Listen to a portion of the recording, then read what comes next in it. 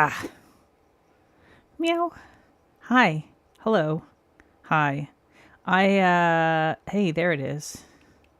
Hi there. Would you, would you like a cat? I have one. She's kind of hidden. Jammy Dodgers decided to put herself in the most hidden possible spot that was still technically available for the camera. Budgie Smuggler is being a butt-G snuggler. She's on the chair behind me. Hello, Sassy, and hello, Ray. I'm wearing a cool t-shirt today, which you can't see. Hang on. Let me show you my cool t-shirt. It's my cool t-shirt. I don't know if I've worn it on stream yet. Cool t-shirt. Portland Frog t-shirt. It's by Nicholas Art is the artist name. Did a whole series of them. And hello, Ashley, welcome, and Kat, welcome. How's your back, Ashley? Are you doing any better? I hope you're doing a little better. I know it can take a long time to sort of recover from that, from your back going out. It's very unpleasant. Let me give you Cat back. Little Dodgers. I tried to invite Timony and Cinna in for stream tonight, but they came in and then they left. So that was what we got. One of your coworkers has a mug from the artist. Yeah, I think I think his handle is like Nicholas and NIKKOLAS.art or something like that. He did just some really cool shit. Hey, it's Alyssa. Welcome. I guess somebody tagged you, or you just remembered. I forgot to tag you. How was your holidays? How was my holidays? My holidays were pretty chill and not over yet. Lots of baking. Tried to go to the park with the kids and kick a ball around and went too far. Yeah, no, you can't push a back injury like that. You really have to give yourself time. You have to give yourself lots of time. It is, it's good to like get up and try to be a little bit active as soon as you're able to, get things moving so that you don't end up compounding the problem. But you do have to be careful you don't push it too much. But I'm glad that it's not as bad as it was the first few days. You'll get there. Alyssa, you remembered. Impressive. Hey, Linry. Welcome. So, it's Boxing Day. I've got a little bit of sniffle, so I'm going to try not to sniffle too much. I may have to pause and blow my nose a few times during this stream. I don't have any kind of Boxing Day decorations for my little friend here, who still does not have a name. But I decided since Boxing Day is still basically just winter, it's fine. Who are we boxing? Yeah, exactly. The thing is, I never quite decided what to do for a Boxing Day manicure, but I want to do a Boxing Day manicure. Nobody knows what the fuck Boxing Day is. Most Americans have never even heard of it. It's very much like a British colony thing. And I think that it doesn't matter what kind of boxes or boxing you do, as long as you do something, boxish. And so Ashley, explain Boxing Day for other people in case they don't know. I completely know, but for them, so there's a few different sort of sources that are believed to be related to Boxing Day. So one of them is basically like alms boxes would historically have been opened. They would be collecting money for the poor through the season, and then the alms boxes would be opened the day after Christmas for to be handed out. Day after Christmas is also the feast of Saint Stephen, which is why that would happen on that day. But it also, in a possibly related, possibly unrelated sort of thing, it's also the day that, generally speaking, the servants would have the day off, because of course the house servants have, they have to serve the family on Christmas. And so they don't get to have Christmas off. So they would get Boxing Day off. And there's this sort of like, oh, well, they get a box with Christmas stuff, food, and whatever, which seems to me like a very tenuous sort of connection for calling it Boxing Day. But legit, an actual holiday for people who had to work on Christmas Day in the home. And then there's also like a thing where employers would give their employees, tradespeople, or like, you might give something to your mail person or something like that, your mail carrier, your milk carrier, et cetera, et cetera. And that would typically happen on Boxing Day. And that's been a long time tradition.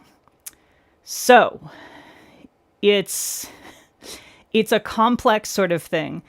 Now, the Ray has mentioned, she says, I think it's supposed to be packing away / donating, dealing with gifts. And this is a thing that I think comes from modern confusion about what Boxing Day is, and also sort of a result of like the Boxing Day sale thing, and returns, all sort of connected with more modern consumerist approaches to Christmas. Because I also had that impression growing up in Canada, that it's basically like, it's the day that you box up all the Christmas shit that you don't want and get it ready to take in for returns. So yeah, Kat points out Christmas as a history of the poor demanding their share. There's a whole... Yeah, the naming is the confusing thing, and I think the naming is confusing because there are several different places that have traditions, similar to this, that fall on the day after Christmas, and there is the Feast of Saint Stephen, which is, related to helping the poor and needy. And so they seem to have sort of conflated a few different things and just kind of got mashed into a nebulous sort of, welp, it has a day, and it's the day after Christmas, and we call it this. So because the name is stupid, and we don't care, we just started on the Discord. Oh, okay, most of you already know this. A bunch of you already know this. I know you do, but not everybody will know this. And there's a VOD squad and there's lurkers and stuff. I don't know who they are. So I have a Discord now. I like my own for y'all, for the stream. We have a Discord, which I didn't put any information anywhere. I should do that, shouldn't I? Let me get the Discord. The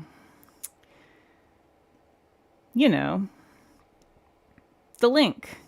Let's copy the link and let's stick it in the chat. We can do that. That's a thing we can do. Can I do that? Am I going to be allowed to do? Hello? Copy? Hello? Paste? No, not paste. Paste, but not with Control V, apparently. Apparently, OBS doesn't like Control C and Control V. you have to you have to like fucking right click and hit paste, which is insane. Anyway, that's the Discord link. So if you're in the chat, I have just posted it there, and I will, if somebody remind me to include it in the description for the video, for the VOD.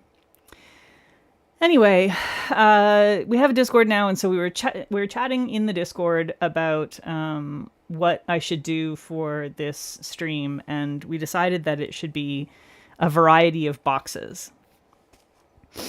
Hey Leo, enjoy your lurk. And when you have a moment, let us know where you're going if you're comfortable telling us where your trip is. And also, I hope you have a good time on it. So the types of boxes that we brainstormed, mostly Ray and I. Hello, Spooky Mouse. Welcome. Pizza box, jewelry box, book box. I'm not sure what a book box is, but I believe Ray when she says it's a thing. Cardboard box, banker's box, post office box, penalty box, police box, donut box, pill box, beatbox I suggested, but I'm confident I cannot, in fact, paint the concept of beatboxing on my nails. Boombox was a better choice by Ray. Lunchbox, sandbox, bento box, litter box, bread box, tackle box, toolbox, and Brian very helpfully suggested the family of Johann Sebastian Bach, aka the box. Yes, we won't be doing that one. That wouldn't look good now because you know what? What? They're all decomposing. I don't know if y'all heard that. Brian says that wouldn't look good now on nails anyway because they're all decomposing. So I need one of those like soundboards with just like various programmed tones of disgust for when Brian comes in and says something while I'm on stream. Or maybe just some drums. I don't know. Box is no longer a word for me. Why did you do that to me? Yeah. Oh, like a series of books that come in a box set. I see. Yeah, all right. That makes sense. Oh, you're driving to Blue Ridge, Georgia, because there's no mountains in Florida, and your mom wants mountains for Christmas. You know what? That is legit.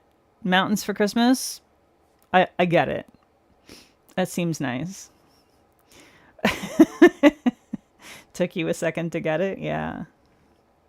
Oh, yeah. Jake Paul, Andrew Tate getting their faces boxed. I refuse to have filthy creatures on my nails.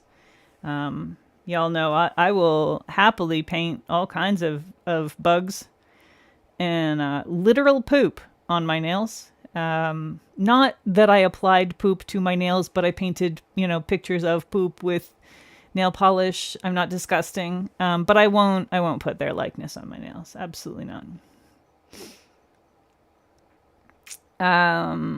You like the assorted food boxes?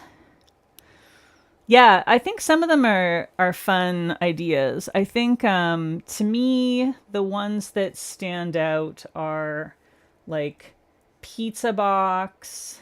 I think the donut box could be fun because I could paint donuts in it. Sandbox seems like it could be a fun one. Also, hey, quit that. Lunchbox is a cute idea. I kind of like the idea of a litter box one, even though it's slightly horrifying, but also adorable. Toolbox and tackle box are both kind of fun concepts because I can, paint little accessories like spilling out of them or whatever. I kind of like that idea. Yeah. Yeah, it was joyful watching that happen, but I don't want it on my nails. I don't know who Keemstar is. For Ugly Sweater Day, you just printed out a photo of him and stuck it to your sweater. Okay.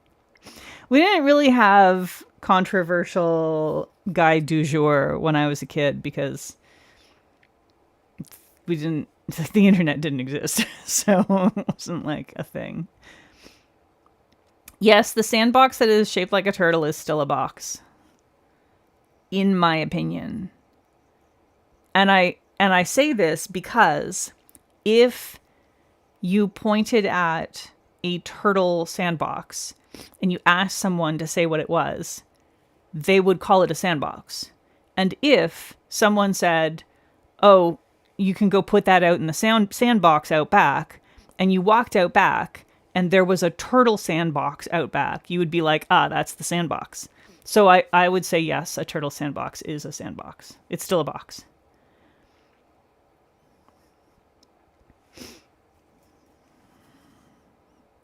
Turtle sandbox is a cute idea. I'm a little concerned about my ability to make it readable at that scale, but I would be willing to give it a shot. Hi, Sylvia. Welcome. We're deciding what kinds of boxes to paint on my nails.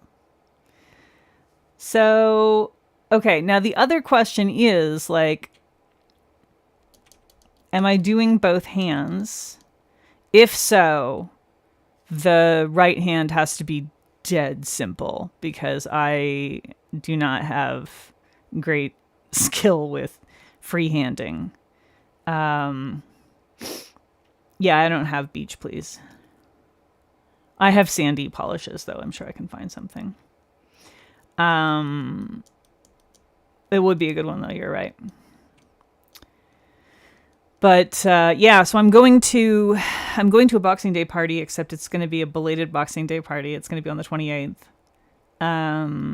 So I was thinking this Manny is going to be for that, and so I did not put Peely Base on. I do not know if I really... Well, I could do... I could do decals. That's true. I could do decals, right? So we could choose 10 kinds of boxes, and I could do decals for the right hand. That's an option, for sure. Let's just choose 10 types of boxes, then. Let's do it. Okay.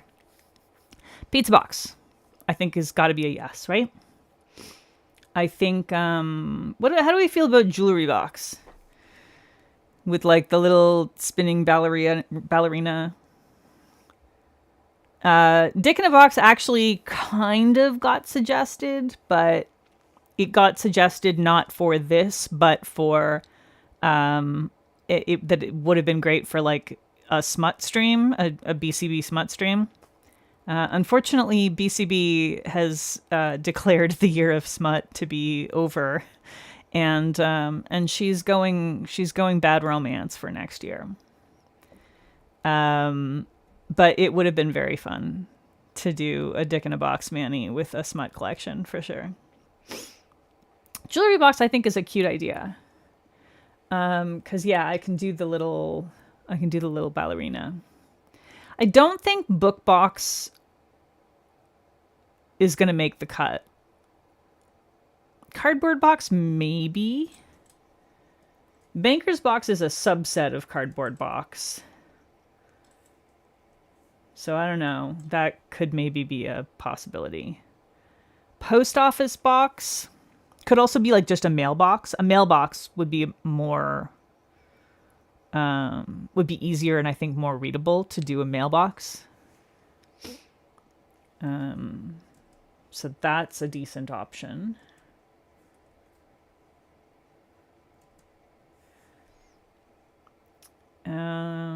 I don't think pillbox. I don't know about police box.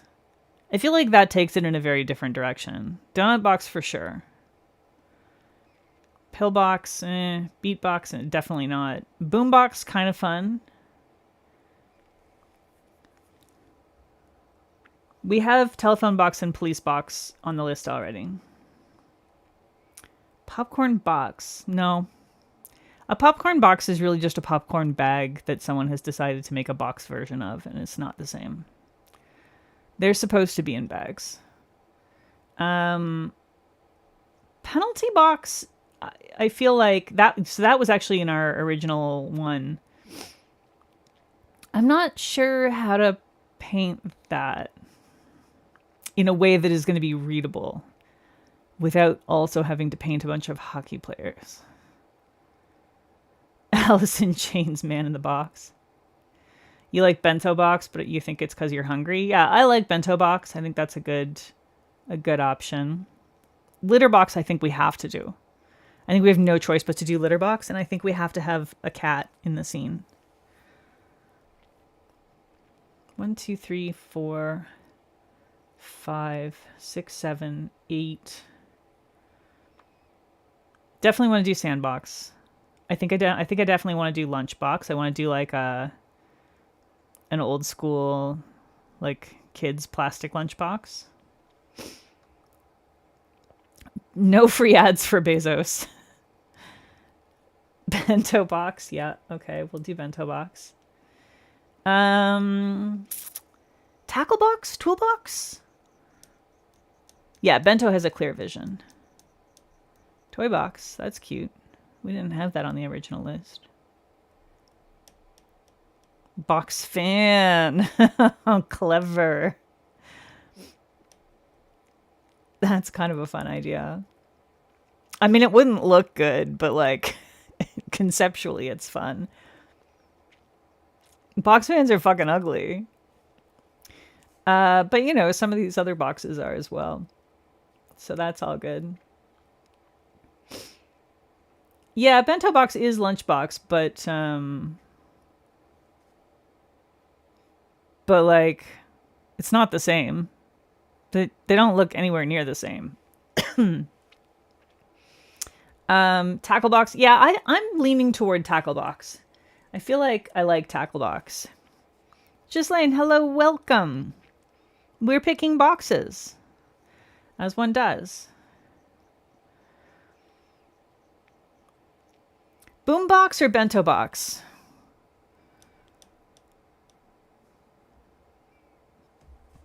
Donation box? Yeah, it would just look like a dumpster.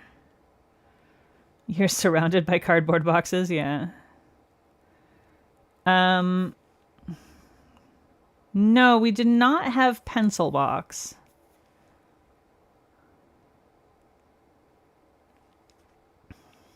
Box fan is a good Halloween pun.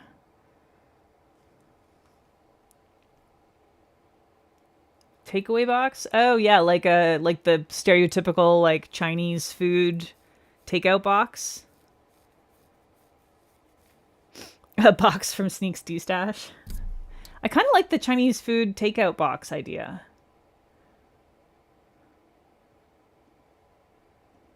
And I think that's a design that could be really readable. That's one of the things I have to think about when we're deciding on this stuff. So like, let me just jot this down.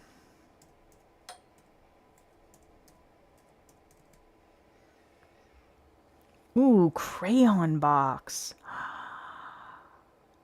Jack in the Box. Oh god, they're so creepy. I like crayon box.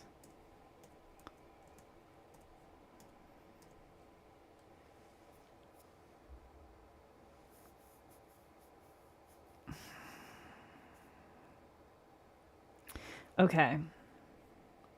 1, 2, 3, 4, 5, 6, 7, 8, 9, 10. I have too many. I have too many. We gotta get rid of something. So, juice box. That's cute. Juice box is cute too. All right, quit suggesting things, people. Quit making good suggestions. We need to just pick things. All right, so we got pizza box, jewelry box, cardboard box. I don't want to do a cardboard box. Pizza box, jewelry box, mailbox, donut box, lunchbox, sandbox, litter box, with cat and poop. Tackle box, Chinese food takeout box, crayon box, and juice box. Pick one to omit.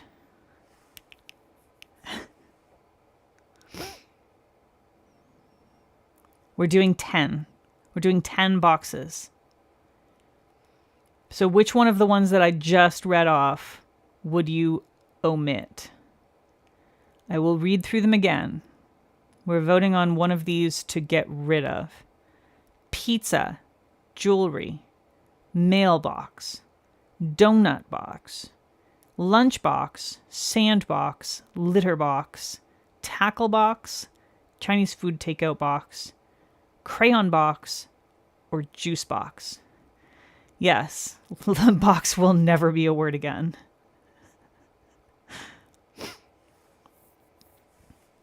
Throw your votes for who we're gonna kick off the nail art island.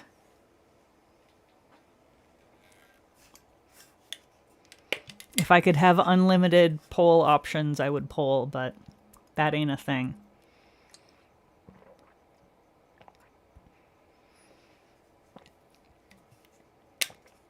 Omit sandbox. You weren't here for the conversation where it's a turtle sandbox, if that makes a difference for you.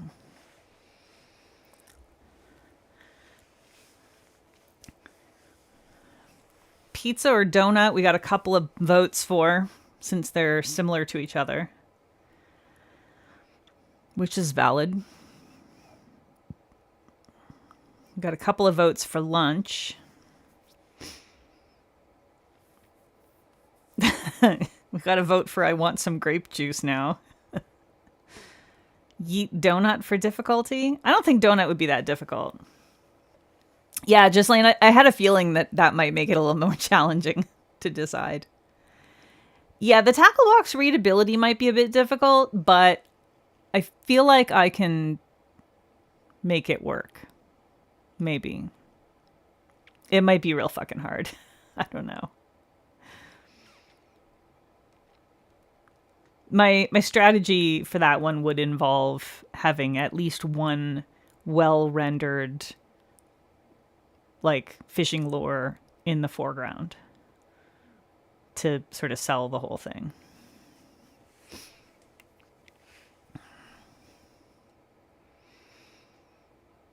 Any other opinions? I know some people are lurking. That's okay.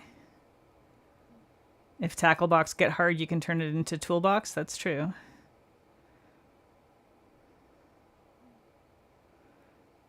Donut box because you'd like pizza right now.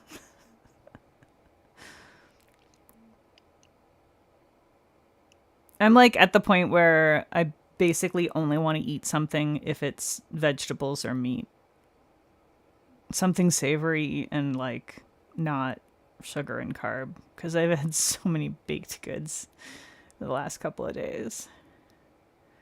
I'm definitely having a slice of pie after this, though. So pumpkin pie doesn't count. Okay, so I think donut box has gotten the most votes to get thrown out. So I think we're gonna get rid of the donut box. All right. Now, I have given zero thought to what the background of my nails is going to be. Why don't I grab a few things from my untried rack and let y'all pick something.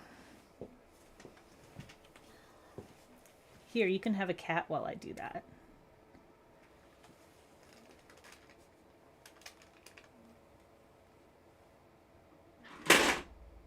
Yeah. Just gonna go ahead and drop some shit.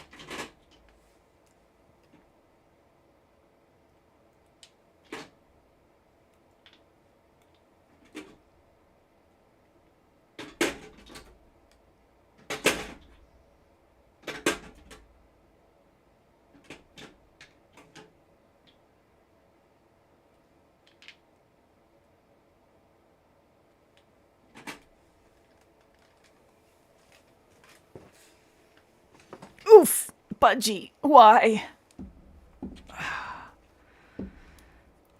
She moved. Hi, Jamie. Budgie moved just as I was about to sit down. She like went to curl up and take up more of the chair. So I had to adjust at the last second.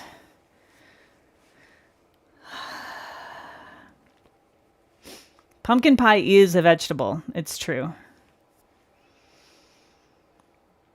I agree the background polish is the hardest part. Okay. I grabbed a few things from my untried rack that I think might be good options. So this is all stuff that I got from like Black Friday sales and stuff. So we got Rogue Rolling Stones. Hang on, let me. So Rogue Rolling Stones, I think, is going to be like sort of the sort of the it's going to be like the most neutral. It's a little bit like opal-y-ish flake. It's a white flaky. Lots of iridescent flakiness. Is it gonna... There we go. This might be the best from a like neutrality point of view. This one's not magnetic, right? No. This is Steel Horse I Ride from 1002 Nails, which has the sort of slight bluish kind of slate gray. I really like this one. I have not had a chance to try any of these yet. This one's from Rogue. Do I probably already have several that are similar to this? And did I really need to buy this one? I mean, shut up. This is Chill and Cheer. I couldn't resist it. I simply could not resist it. This one's Broken Pixel Melancholic. So a gray with a blue shimmer and some little, I think it's got some little flakes in it. Unclear. Maybe it's just like micro hollow. Yeah, I have so many of that color. I think that's correct. I forget what this one's called. From Broken Pixel. Something about limes. Lemon lime sorbet. It's a cute one. It's got like grayish kind of quality to it, but it's also like, it's so hard to see there. Maybe you can see a little better when there's a little bit of like shade. Does that help? I feel like that helps a little bit. Anyway, cool color. And then the last one is Citrus Drift, also from Broken Pixel, which is the sheerest of them. And also not really picking up how like fiercely hot pink the hot pink is. I wonder if I just try to sort of tone down a little bit so you can actually see the shifts a little better there. I need all the light, but then sometimes all the light is too much light.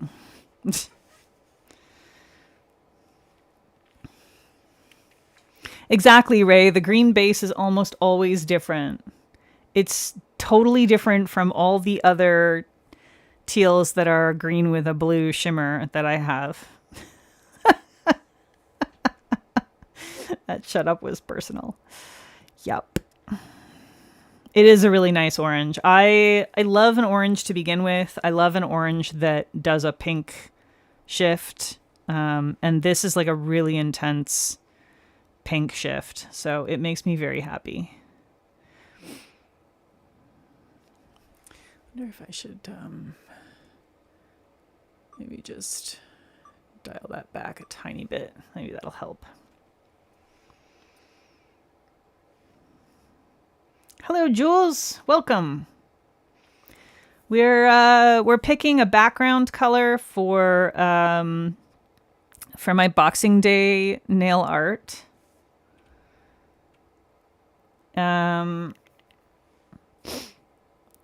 Kat, stop judging us. I don't have any that's identical to this. Shush. Shush. You like the Tealy Rogue, but you're concerned about the sandbox turtle, which is valid. The white Rogue is nice, but the takeout box is white. Yes, that is true. There are always going to be ways to mitigate those kinds of issues, for sure. Like, it might just mean that I have to do a little bit of an outline or some different shading. I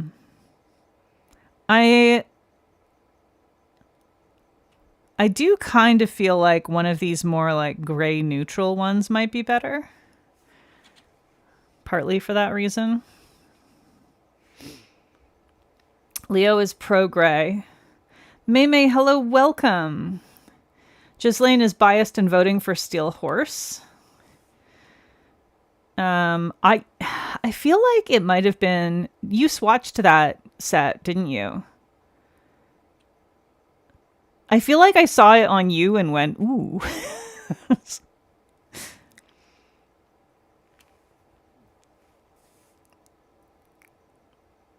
So which gray do we want then? Do we want the Steel Horse gray? That's this one, the darker I just stuck my thumb into.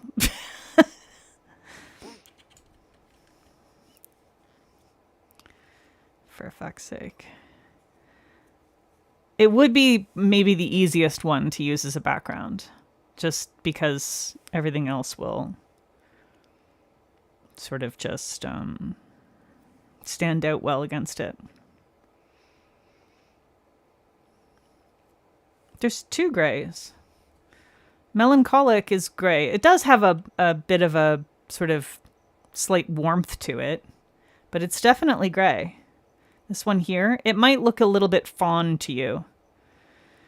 But to me, I would say this is like a blue gray, and this is just more of a slightly fawn gray. They're both gray. Oh, so you're thinking of this one as gray and this one as blue? Yeah, see, they're both gray. They're just different grays. They're opposite ends of the gray spectrum.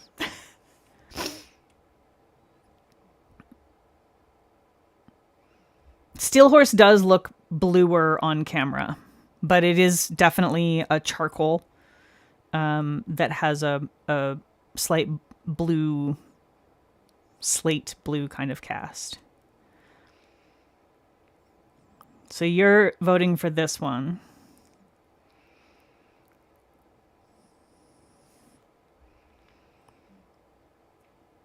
You can't have two, Ray. I mean, I guess I could do one on each hand, but I'd rather just do one.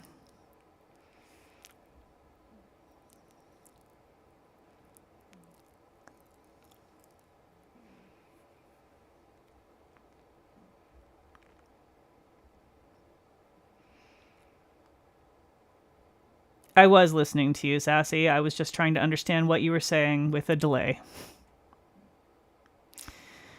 Okay. So I think I'm going to go with this one here, because I was kind of leaning toward it, and it seems like we've got a couple people that are leaning toward it. So since most of you haven't given an opinion, I'm going to do the Steel Horse. All right. Hey. So, of course, I've already prepped, because that's how I roll. Because I don't like to bother with that bullshit during stream. Hopefully this will be only one coat. I feel like it's one of those ones that it might want a second coat just to like totally even out. Yeah, we're going to want a second coat, but it's very close to a one coater. I feel like you could probably make it a one coat if you went real generous with application, but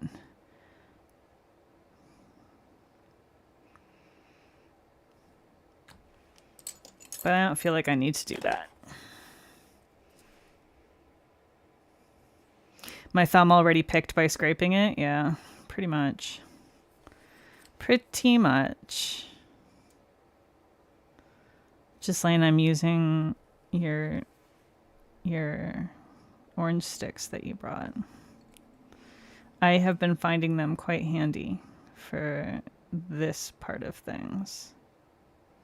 Although I'm doing a bad job here. I've had such a hard time with the skin around my nails especially the last week or so, because I've been doing so much like baking and then cleaning from the baking, and my hands have just been like wet constantly. So it's like such a problem. And there's no amount of cuticle oil and lotion that is quite staying on top of it. So I'm like, welp, I guess I'll just suffer. I think I do still want a little bit of brush cleanup on this side here. So it makes the skin around my nails like super dry and crusty. Oh, you wish you swatched it, you just love it and talk about it a lot? Yeah. Yeah, it's super cute. I was very well behaved purchasing from 1002, but I think I ended up getting like 5 polishes from them. I could very easily have doubled that. But I'm trying real hard to be more mindful and reasonable with my purchases. So a thing that I am struggling with right now, I have like a press-on this nail, which has been growing out, but this nail is the only one that tends to like curve down. And of course the press-on doesn't. And so I end up with this weird gap that I then have to like fill.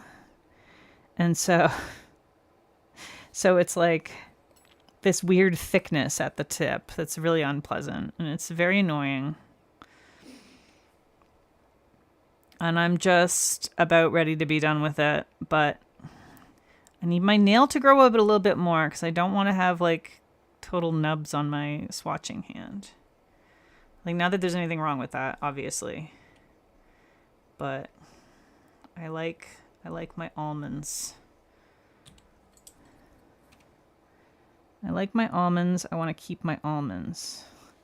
And I'm like maybe 2 to 3 weeks away from feeling like I can take that press-on off. But in the meantime, I'm just suffering with how annoying it's being.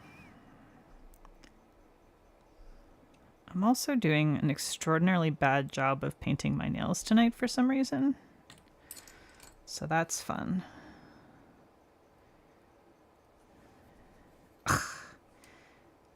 I just totally like freaking rammed this into the side of my nail like an idiot.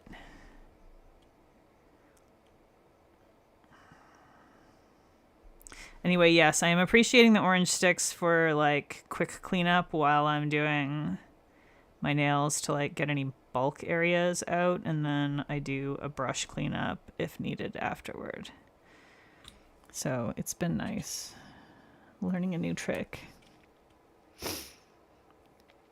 Yeah, we are totally in nail breaking season, and winter is rough. It is rough on the nails, especially if, like me, you live in a climate that gets cold and dry. I mean, Maryland doesn't get anywhere near as cold as Toronto, but it does get awfully damn dry here in the wintertime.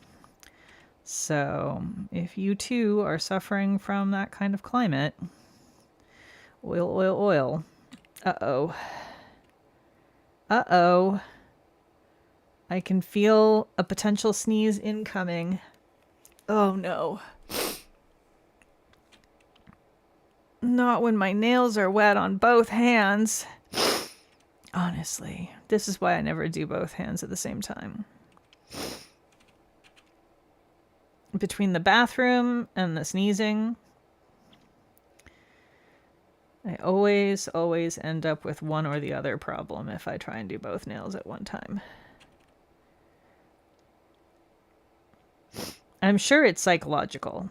It's fully like that thing that happens where you're completely fine for the entire trip home, but then like you get in the door and so suddenly you have to like pee so bad that you think you're going to explode, and then you get to the toilet and like hardly anything comes out and you're like, surely you could have held that a little longer. But it's just psychological. Like, oh, I'm almost home. I must have to pee because I'm going to have the opportunity.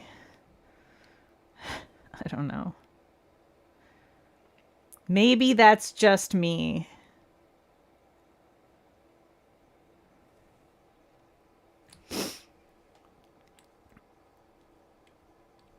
Oh no, you got a nail break today? That sucks. I've had so many. Oh, winter plus travel? Yikes. Travel is the worst.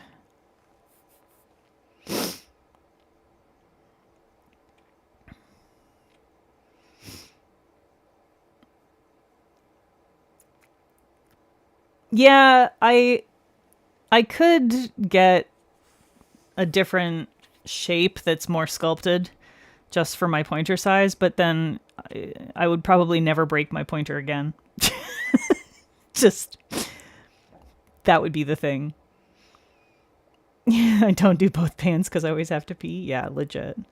It took you 7 hours to get 10 nails painted because the cold was making things refuse to dry. You kept getting distracted and smashing wet nails. That's awful. What a pain. It's not cold enough for that in here. But certainly cold enough to give my skin some problems. Yeah, you're dry enough. We'll do our second coat. You never do both hands because your child inevitably wakes up? Legit. It's a really good reason to never reproduce. You know, if you're looking for an excuse. If you're looking for reasons not to have kids, that would be top of my list. No, it would not. That's the kind of thing I would be happy to tell one of those Alpha Bro podcasts, though. So that they can be mad about something. All right. Yes, 2 coats definitely good. Both hands is risky, for sure. Beetle incoming. I'm going to use one of my fancy new beetle friends to rest my finger on. Fake, obviously. That is so much easier. These really... I've been doing this sometimes when I'm painting my nails, not when I'm not swatching, like swatching, but not, not live, not on film. And they make it a lot easier. It's nice to just have your finger elevated that tiny little bit. Makes a big difference for me. And they're just the right size, and they're funny, and they make me feel like I'm being a silly little guy. So that makes me happy.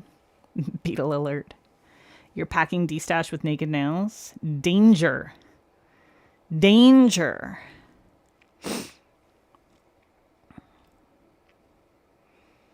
My goodness.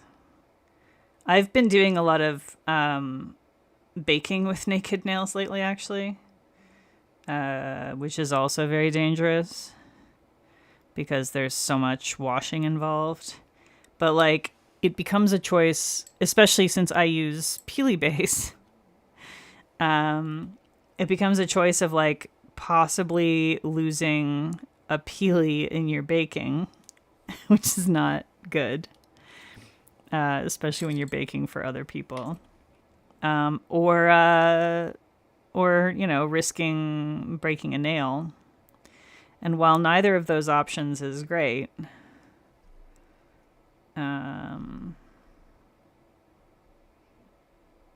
I feel like not having peelies come off into the dough is better.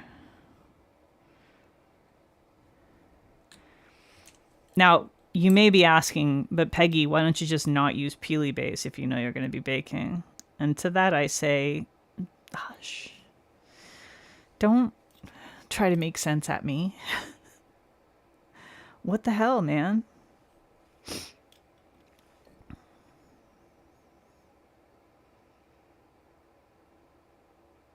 Yeah, I've been using... I mean, I always use Peely Base anyway, but I've been doing a ton of swatching the last little while.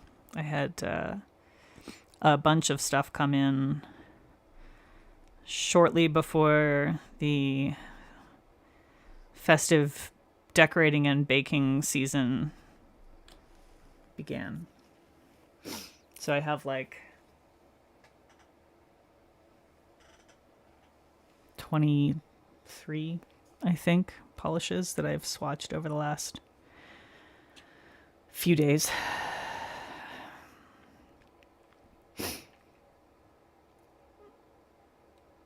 You chipped up your right hand and picked out your polish, but you don't have any plans. Exactly, Linry. The Peely way is the good way. It's the best way. Plan ahead? What's this plan ahead nonsense? I don't plan. Who plans? There's no planning. I've never planned once in my entire life, and I don't intend to start now.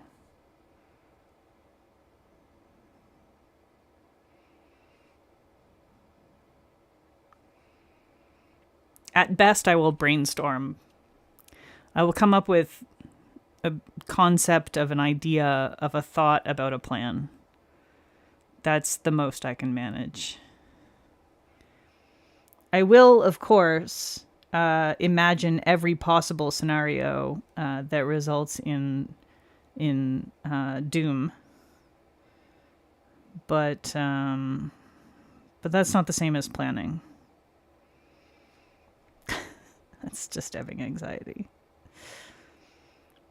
It's normal.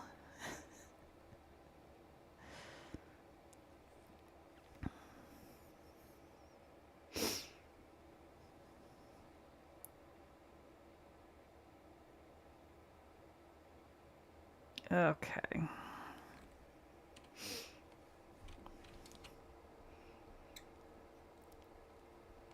This bus only goes in one direction. Forward, beep, beep. Hell yeah. Let's fucking go. All right, we got our base. Base is looking good. We're definitely top coating before we go any further because y'all know me. We are not fucking around.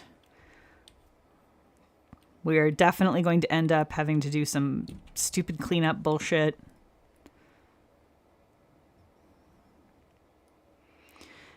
We do have to think a little bit about which polishes are going to work best, or which designs, rather, are going to work best on which nails. Because some of my nails, obviously, have way more real estate than others. And I think some of these design ideas will want that extra height.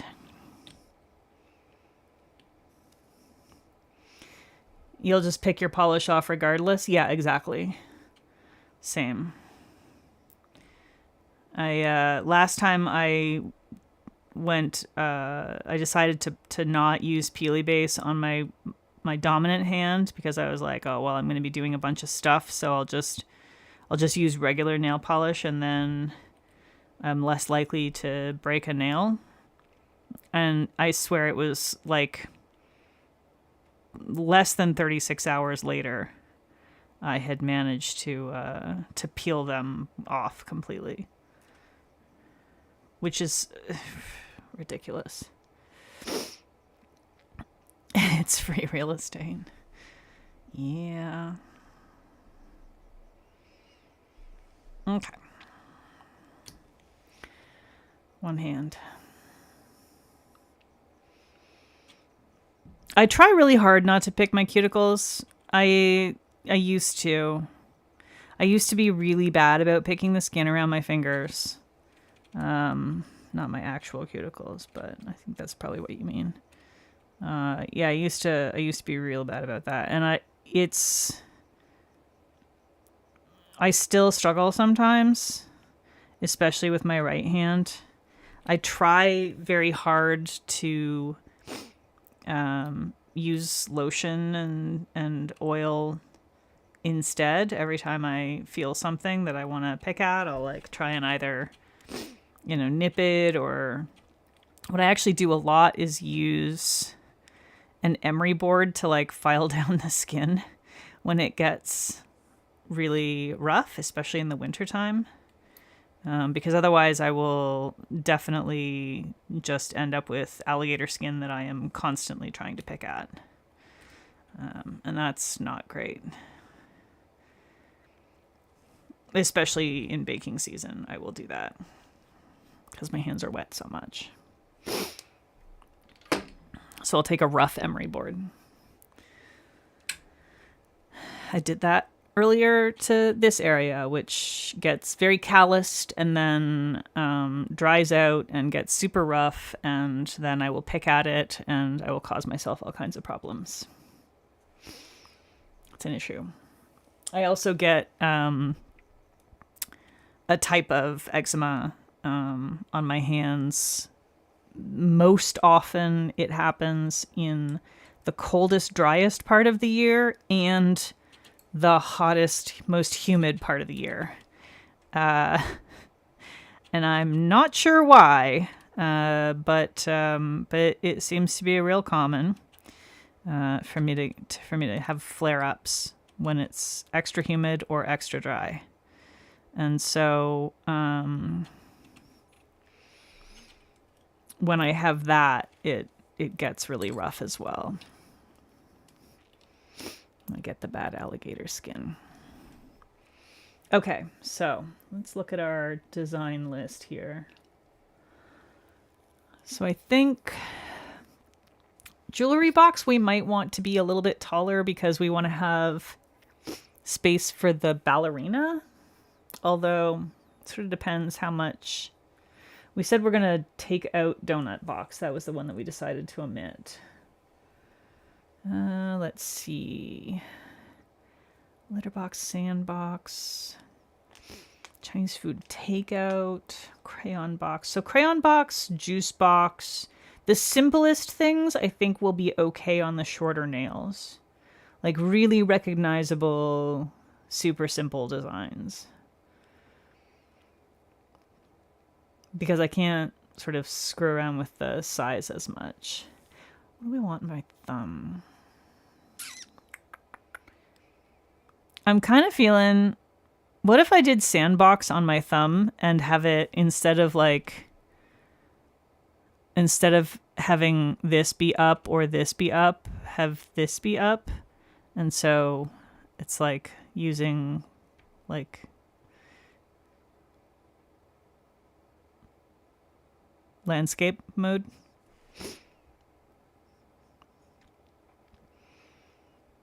Oof. Oh, Leo, I'm sorry. Yeah, the eczema is brutal. Mine doesn't usually get that bad. I'm lucky that mine is not so severe and quite controllable most of the time. But my sister used to have it that bad, and it was just when she had flare ups, it was horrible, absolutely horrible. Yeah, I'm kind of feeling sandbox on this thumb because I feel like I want to give Turtle Sandbox lots of room to be silly. I didn't pull any cremes. I need to pull cremes. Would you like a cat while I pull cremes?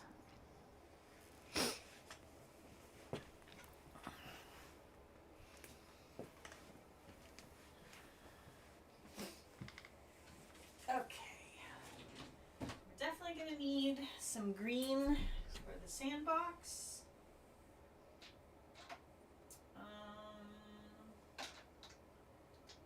Some sand color. We definitely also want, I think, something glittery for the sand.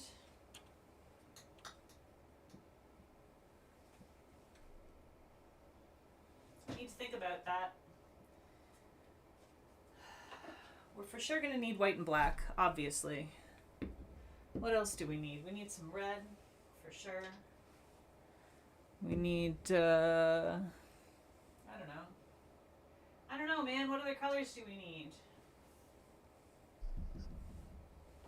Probably need some blues at some point during all this.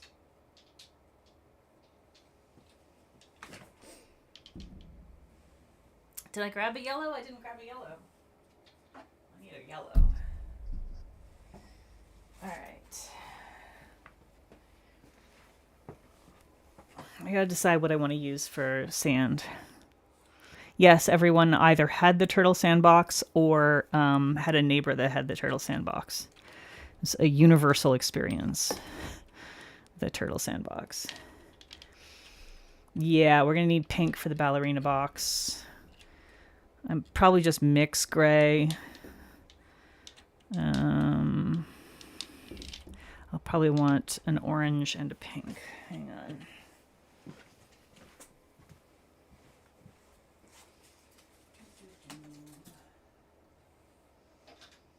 You're a cute pink.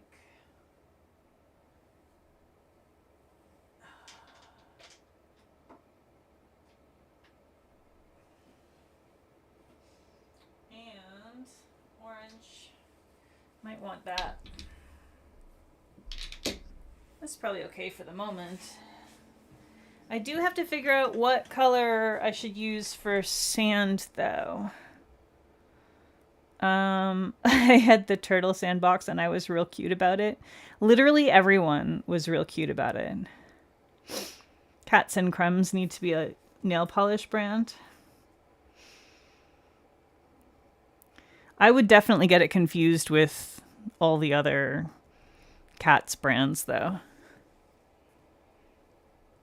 I feel like I have a good sand color, but I can't think offhand what it is.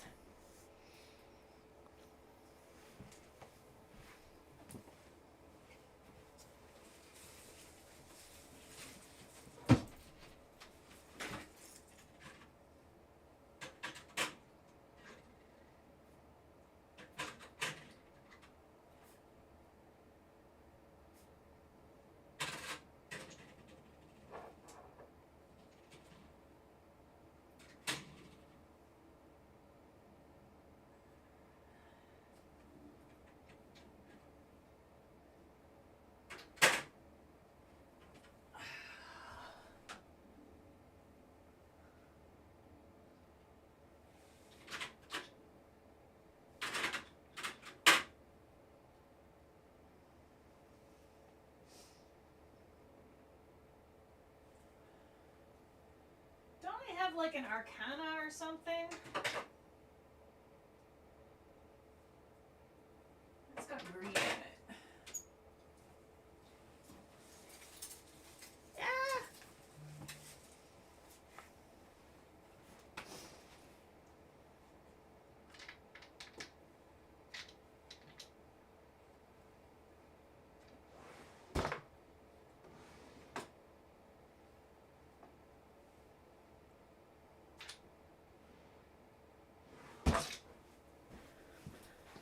What about Mooncat Treasure Trove? Oh, Monarch Halo Shift. That might be good. Hang on. Where's Halo Shift?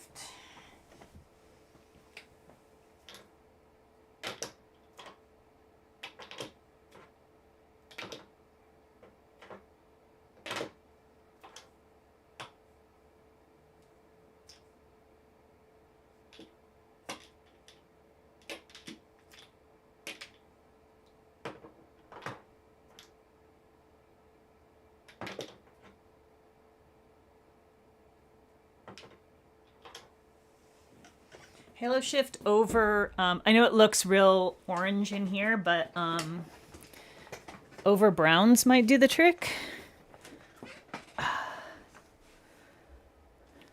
Because it's very sheer.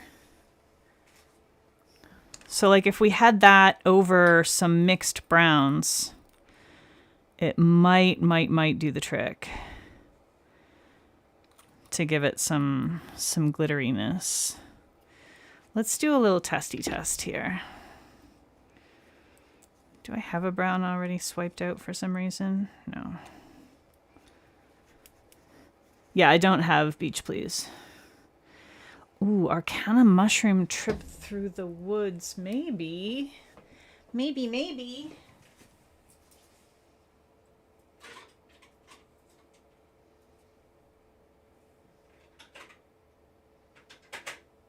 If I can find it.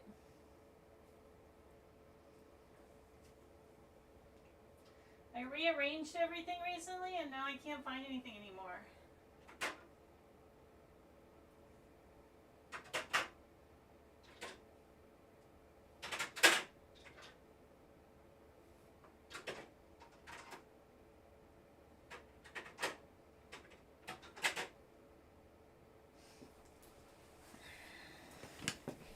Budgie abandoned me because I was being too annoying. Ow! Okay. I have a lot of early Holo Taco and almost no later Holo Taco.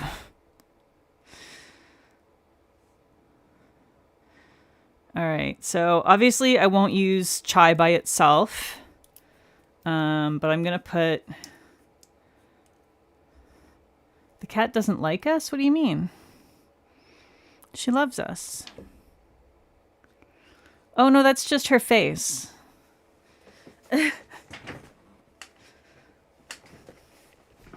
That's literally just her face. Don't worry about it.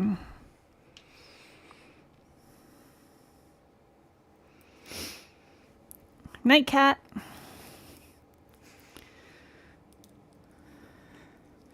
You're scared to move because your stuff is a nightmare?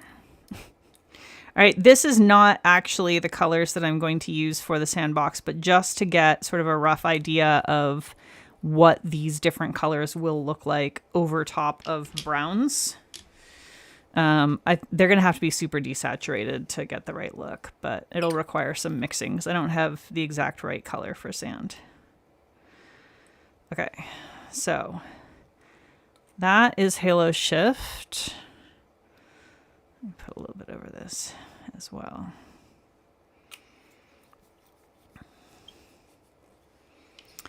And then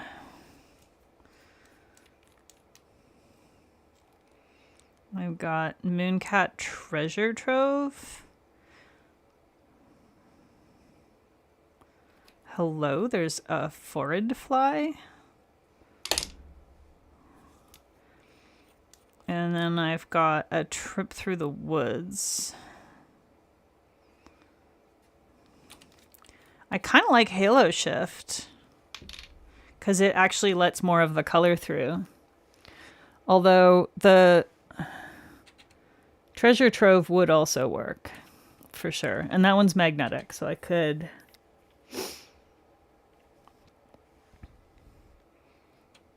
magnetize that for extra interest. The only problem with Halo Shift is it does go green at some angles, which might be weird. I think I might just do Treasure Trove because it doesn't have a weird shift. That's the thing to do. Yeah, the halo shift and chai looks nice here at certain angles, but like it goes really green at an angle that I apparently can't show you very well.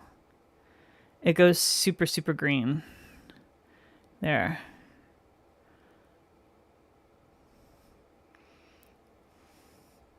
Treasure Trove does look very sandy to me as well. You love green sand, especially in the sandbox, right? All right, I think we're going to do Treasure Trove for the sand. I will put a little bit of, probably a mix of chai and white underneath it. Let's start with the turtle, though. I should bring up some reference. Turtle sand box.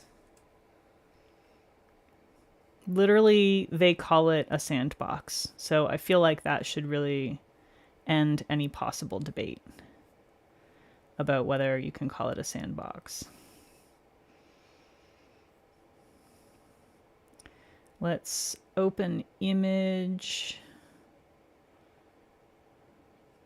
New tab, please and thank you. And hey, what if I let y'all see it, so you can see my my reference? Yeah, okay. That's the reference image that I'm going to use. This is not the exact one that I had as a kid. Well, I didn't have it, but I had access to as a kid. But I feel like it's close enough to get sort of the idea.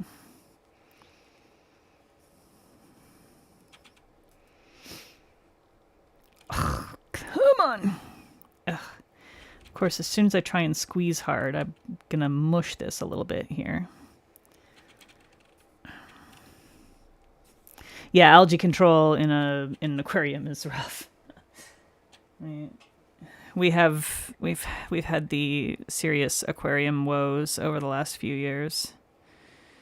It's basically impossible to completely control the algae. You kind of just have to do your best. Nobody say anything about how I should be cleaning these. I don't want to hear it. I don't want to hear it. I'm like totally mushing this because it is not dry enough for the amount of pressure I'm putting on it.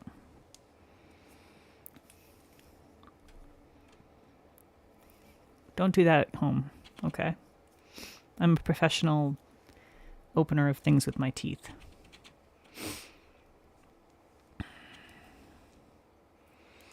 Okay, oh my god. Yeah, that really needs to be. That really needs to be cleaned. But not today. Not by me.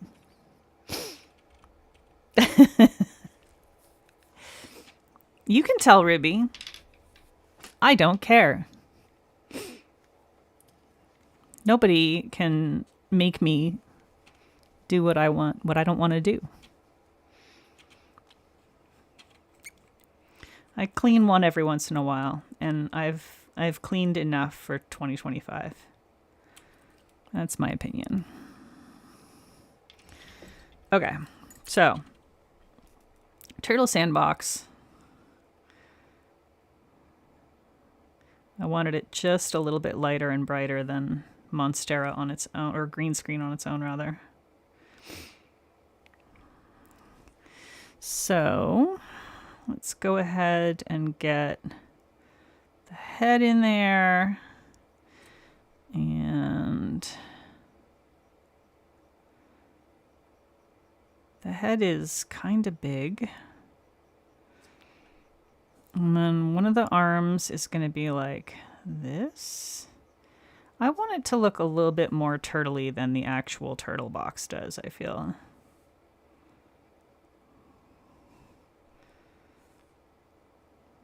In my head, the turtle box looks more turtley than this turtle box does. Am I wrong? Is it just because I haven't... Well, I know why. It's because it's not the same one. That's why. Bum, bum, bum, bum. The one I had as a kid, or the one that I had access to as a kid, was definitely more turtley than this. Get a little foot back here.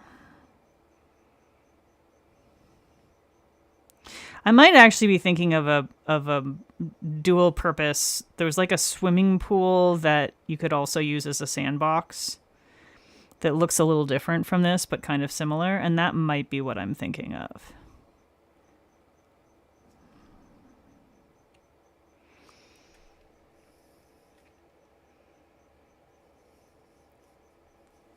Sorry.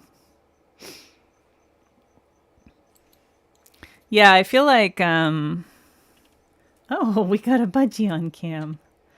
Oh my goodness. Oh my goodness. I wonder if it's the swimming pool that I'm thinking of. Let's see. Turtle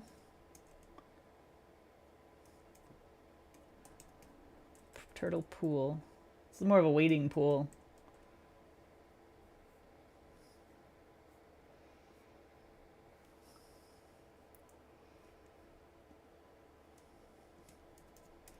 Trying to find the one that I had, or that we played with. And of course now it's showing me stuff that's for kids, or for turtles rather.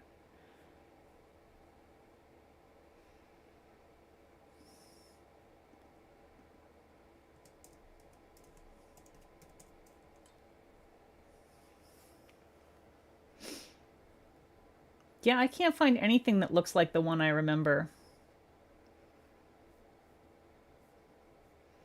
It was rigid plastic, and it just didn't look quite like this one. But this is the one we're using, so it's fine.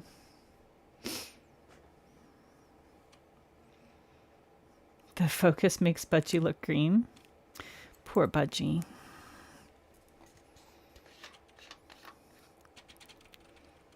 Your turtle sandbox was significantly less turtley. Yeah, the one from the 90s, I think, is the one that I'm thinking of, although it would have actually been from the 80s when I had access to them. And I seem to recall it having, like, the sides, like, went up and then rounded over like this, and then had, like, a sharp edge that was really annoying.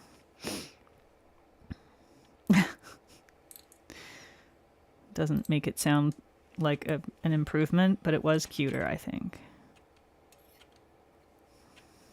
She's an old lady, okay? Scrunkly, what a good girl. Hang on.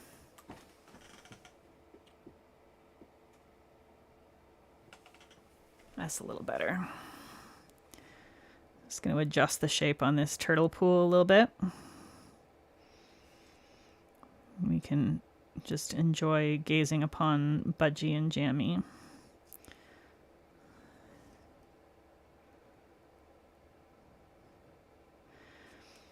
I think the important thing for the turtle pool or the turtle sandbox is going to be to make it look more like a cute turtley thing, rather than making it look exactly like the actual pictures. So, I'm gonna do that. I'm gonna add a little bit. Yours was from the 2000s, but it was probably a 90s model. Yeah. Add more of the light green.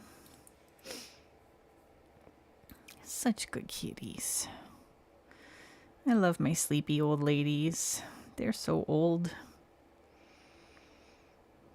So old, but so good. All right. Can get a little highlight on here. A little highlight on there. a little highlight here. And then here.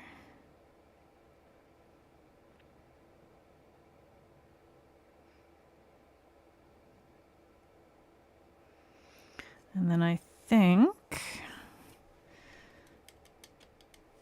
do we want a little shadow along the bottom? Maybe. Let's get a little shadow area.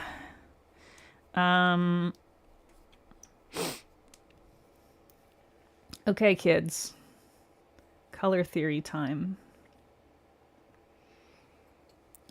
If you want a natural looking shadowed area on a primary green item, or a greenish item really, you want to add reddish tones to your green instead of adding black. Why? Because if you add black, it also desaturates it. And it makes it look fucking weird. But if you add the complementary color, then it looks more realistically like a shadow on that color. So you go across to the opposite side of the color wheel, find the complementary color, and use that to create your shadows. And it will basically never steer you wrong. Although sometimes if you have real weird colors, like they're not, the further you are from like the pure primary and pure secondary colors, the harder it is to sort of pinpoint what the actual opposite color really will be. So things can get a little bit complicated. But if you're working with anything that's sort of like close to primaries or close to pure secondaries. Secondaries being like things like your oranges, and your purples, if they're more like the clean pure color, then they will do a better job. But yeah, you kind of want to go across, just look across the color wheel at the exact opposite, and that'll usually get you pretty darn close to being exactly what you're looking for to get you a good realistic shadow. There we go. Because it makes brown, yeah. I mean, it makes a brownish, but it stays in the right color family. Shadows are rarely ever black or gray, unless they're on white or gray. Okay, so we need the face, the little turtle face. And we'll just do a couple of little bloops for eyeballs. And I think that's going to be it for the turtle itself. I think it's reading as a turtle, personally. As a turtle sandbox, rather. I think we're doing okay here on the turtle sandbox front.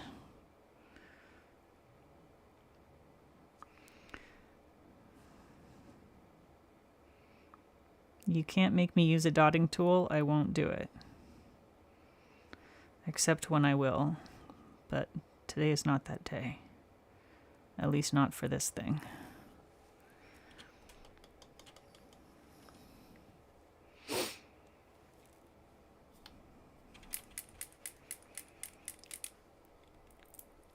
Okay. There is sort of an exception to the using the opposite thing on the color wheel rule that has to do with having extremely weird lighting situations. So sometimes you need to take your lighting into account. Like if you have a weird light color, that can change things. Just FYI. But that's not usually going to be the case. So this brush has finally had an issue. It happened just the other day. This section of it. Sorry, I keep going behind the turtle. I'm gonna get rid of that. This metal section right here that holds the actual bristles, somehow got pushed in like this. And I can pull it back out for now, but I just have a feeling it is just a matter of time until that becomes a huge issue. So a little concerned about that.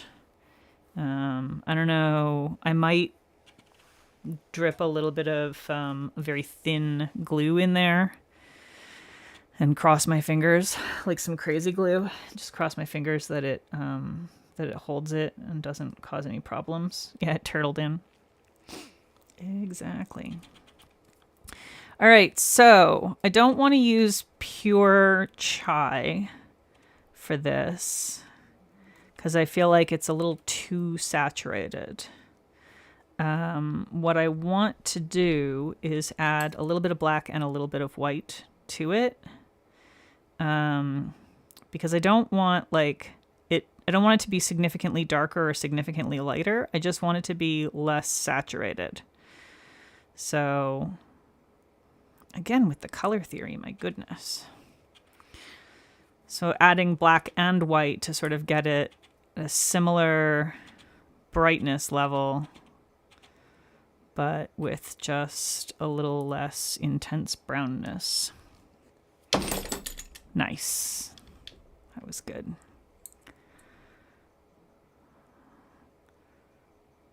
All right, let's see here. A little bit more black. Okay, this is closer to what I want.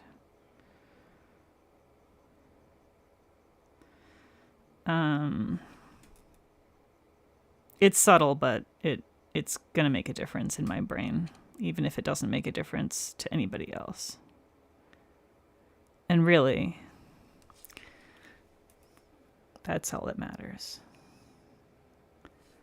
in the end, because who am I doing this shit for if not for myself? We are going to have like, I'm thinking like a shovel, a little yellow shovel sticking up out of here. Maybe a bucket, a little pail. What else should we have?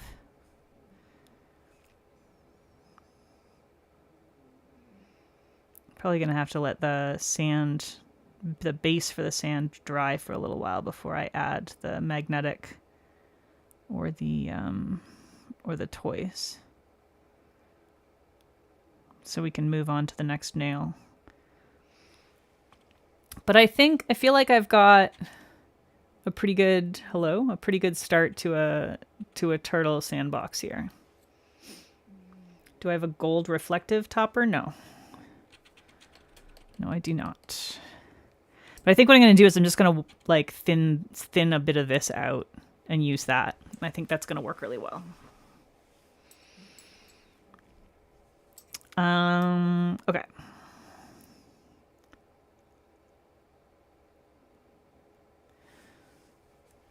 Next nail. Blue's Clues coated. Just shovel and pail. Red bucket, yellow shovel. Yeah, red bucket, yellow shovel was kind of what my brain did. Tonka truck would be cute. That was the other thing that I thought of, but I feel like that's going to be challenging. Next nail. How about...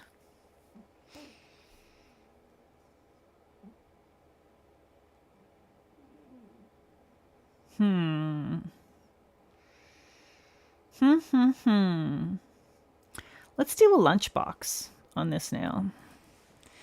And I feel like... Oh, I'm going to want a silver for my lunchbox. Hang up.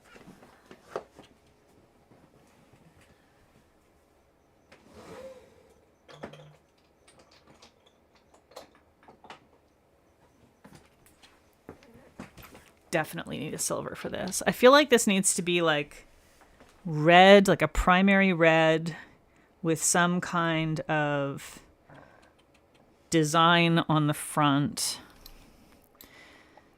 I'm not sure if it should be like robots, something.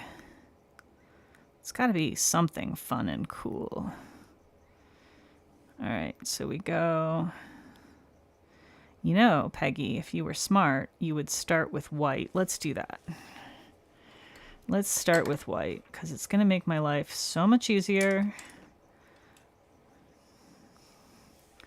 This is why we always top coat before we start on the art.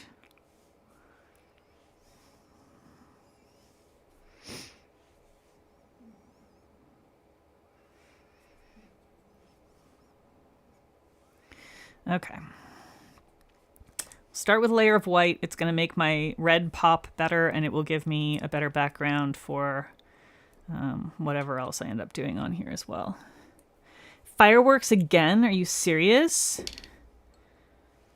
Donuts on the lunchbox. It's an idea.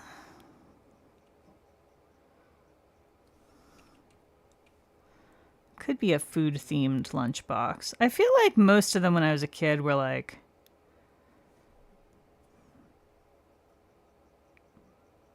either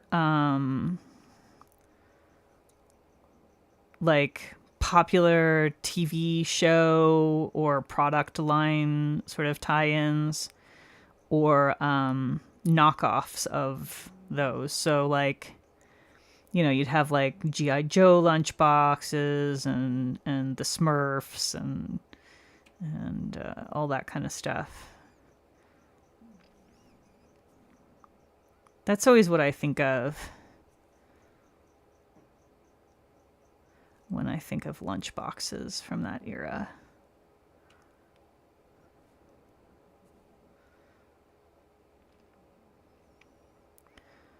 So that's going to be the front of the lunchbox.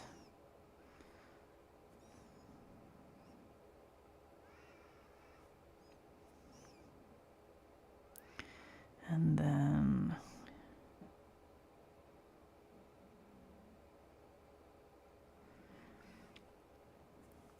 we'll go this away.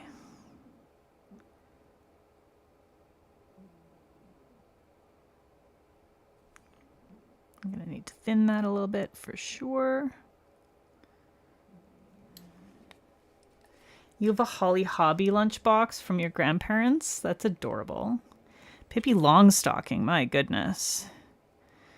That's old school.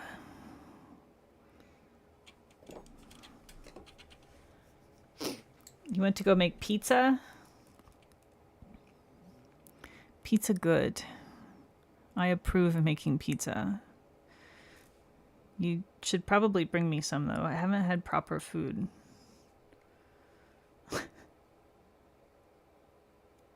You making your pizza from scratch, or are you hottening a frozen pizza?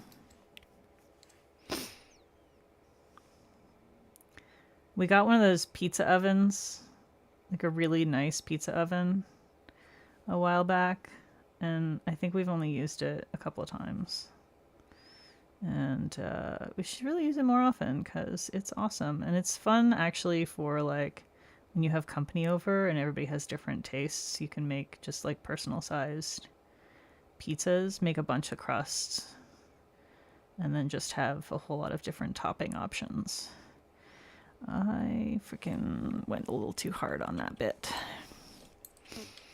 I went a little too hard on that bit. We gotta round that out a little. You don't want any sharp-sided or sharp-cornered lunch boxes. They gotta be rounded. Otherwise, you know, little Timmy is gonna for sure manage to hurt himself on the damn thing.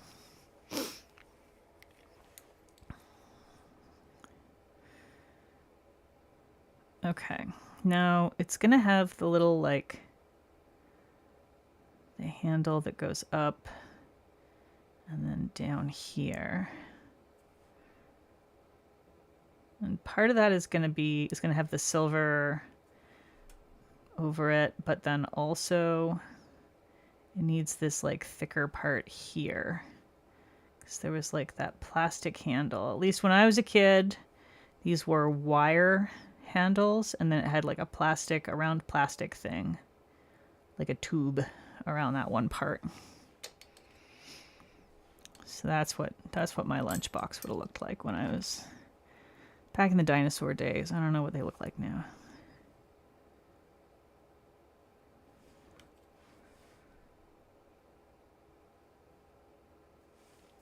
Here we go.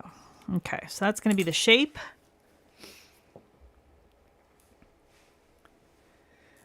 Bad homemade pizza in the pizza oven is so bad. Yeah, I do think like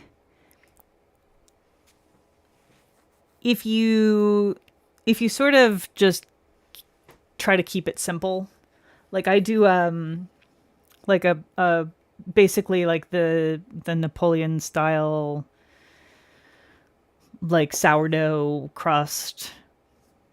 It's actually pretty easy. But you do have to not overcomplicate it. And I think you have to be okay with things not being round. It's good if you just don't care if things are round.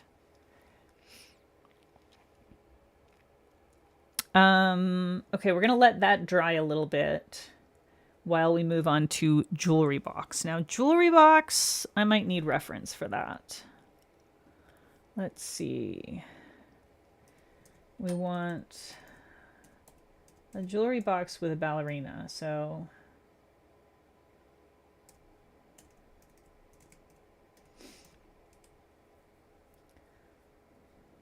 ballerina jewelry box. Images, please.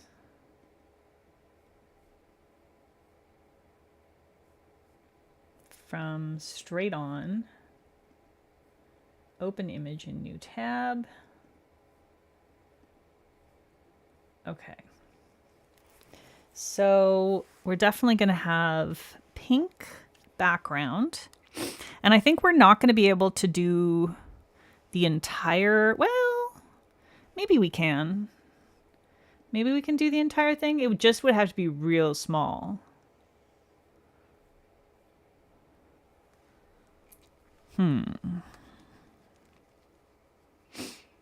I'm going to want magenta or high tea hibiscus or something.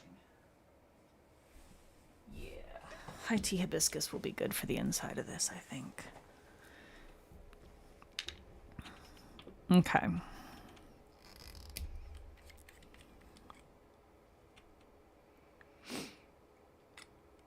I'm definitely a big fan of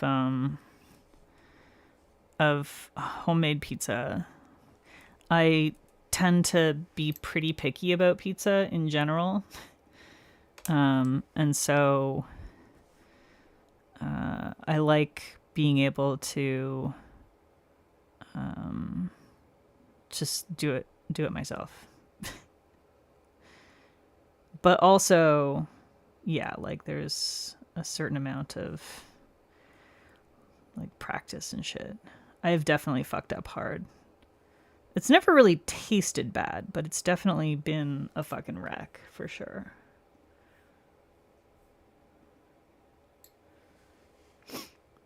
Trying it out in a cast iron skillet. Interesting. I've never tried in a cast iron. Okay.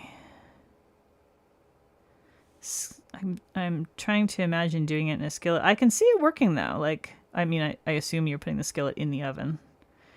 That's I used to have a cast iron pizza stone at one point in time. I don't know if you call it a pizza stone when it's cast iron. Pizza tray, I guess.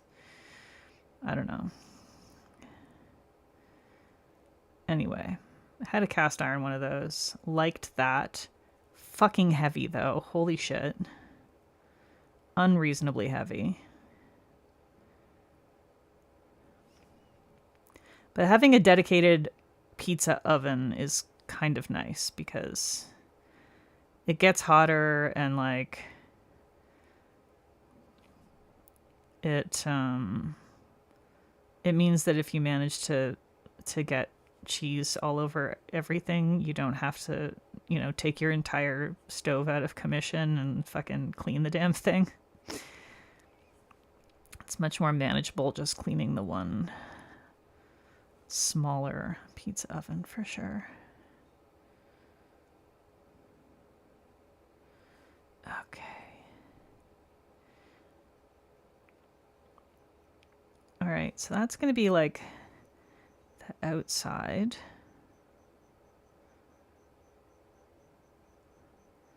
And then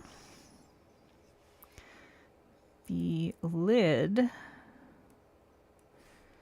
goes like this,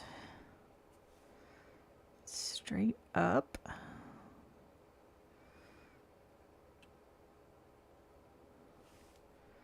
Probably could have started this higher up on the nail, I guess.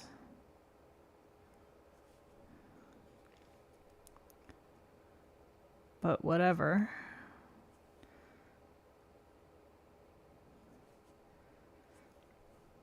Okay.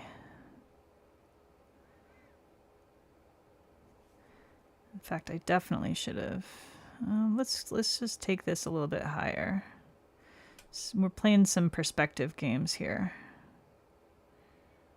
because I'm gonna want to show like the little mirror in there and stuff.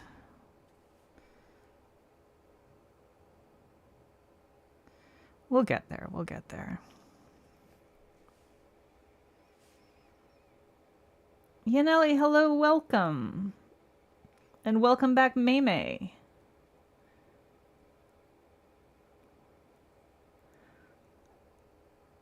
How is Musumbi doing? He seems like he's settling in pretty nicely to the home life, the indoor cat life, the being treated like a lord at all times life.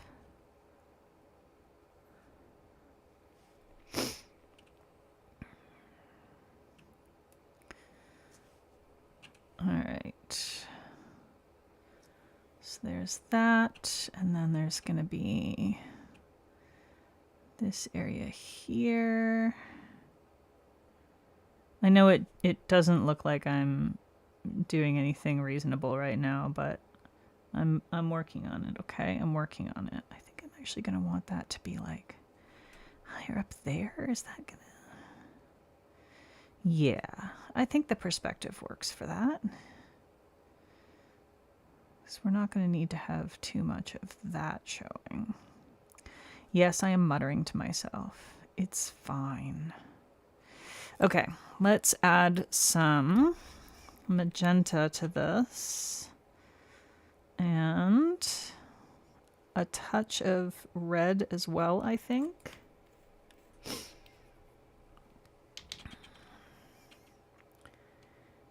You thought I was opening stuff on stream? Absolutely not. It's Boxing Day. It's not unboxing day. It's Boxing Day. We're drawing boxes. Boxing Day is a like, oh, that's way too much. Oh my goodness. Most Americans, or a lot of Americans, don't know about Boxing Day because it's mostly like a British colony thing. But yeah, the day after Christmas is Boxing Day. And we're just doing different kinds of boxes. And I gotta tell you, we're doing them real slow. Real slow. We are taking our sweet time. We are an hour and 45 minutes into this stream. And all we have managed to do is parts of 3. But to be fair, the first hour was entirely just yapping. So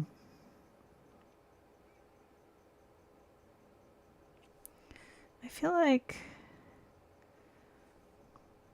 this isn't quite the color I want.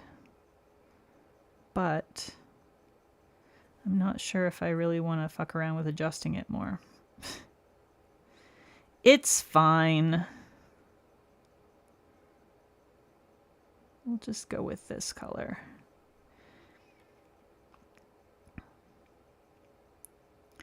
So yeah, we brainstormed different kinds of boxes, and then we chose a few different types of boxes to go on my nails, and that's what we're doing.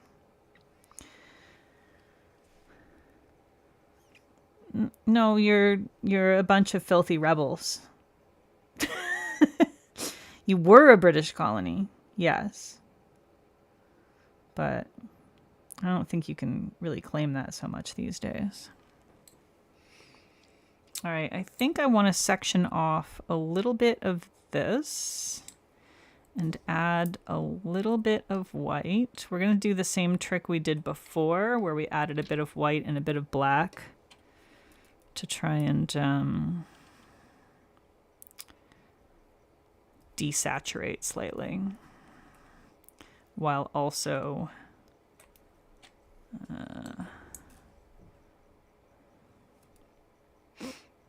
maintaining a similar sort of lightness level.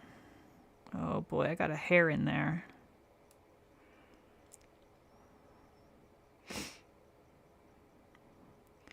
So I want it a little lighter than the shadow, but not quite as light as the other areas there. Yeah, that's about right.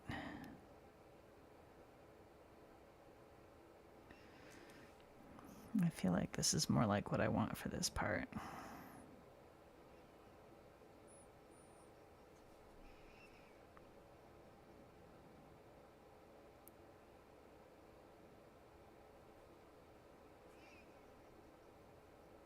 Just trying to sort of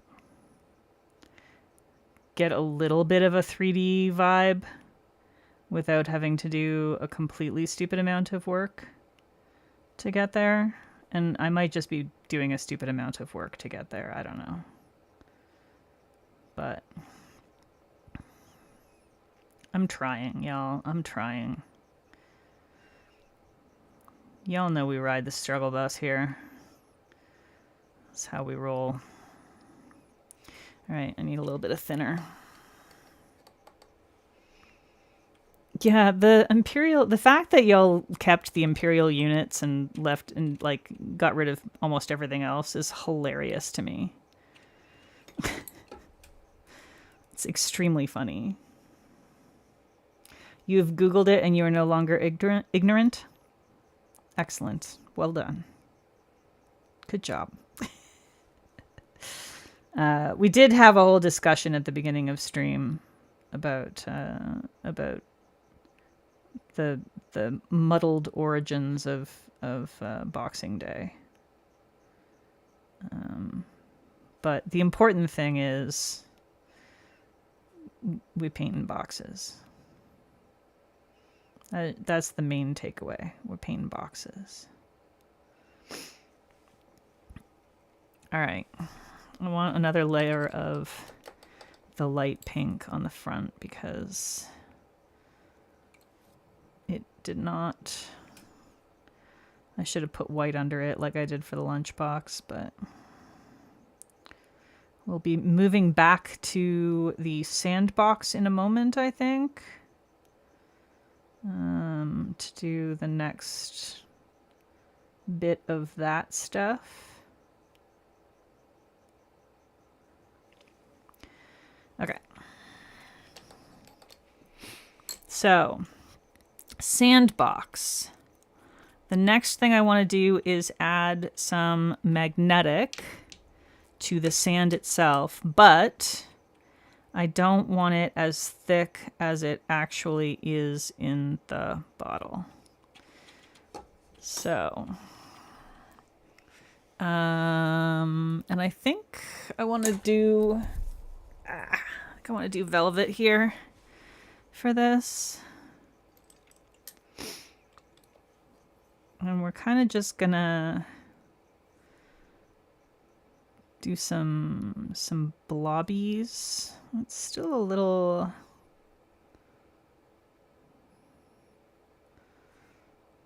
thicker than Well, no, that's okay. As long as I take it from the edges, it's good.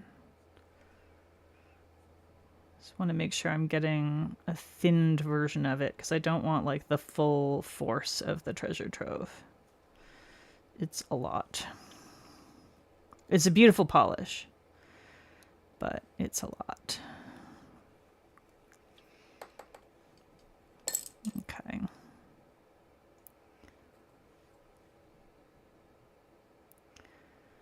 I want to kind of make it a little bit uneven. There we go.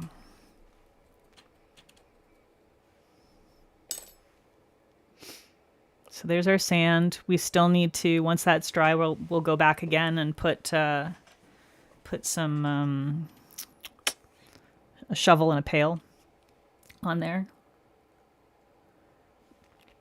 Yes, we're Commonwealth countries.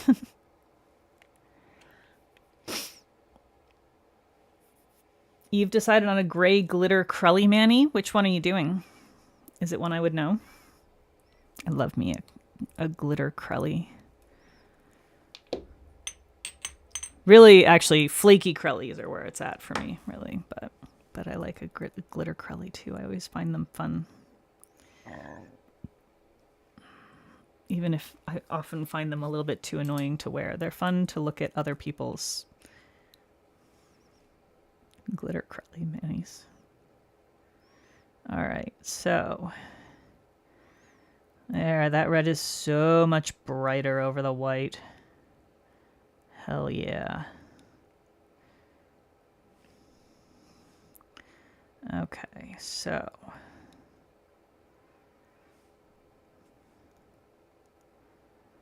this is the kind of primary red elementary school lunchbox vibe that we want.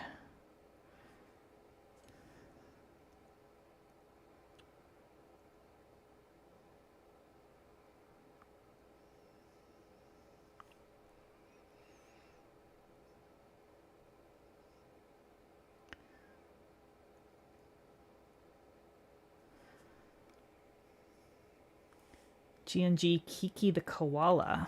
I don't know that one. I don't really know any of their polishes by name, aside from some of the like top coats and base coats and stuff. I think the only ones I have from them are ones that that I got at like PBE in the VIP box. Or bag, rather.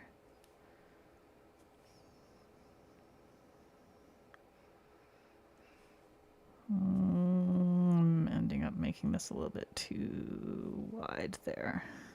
Might need to dial that back a little bit, but that's okay. We'll get there.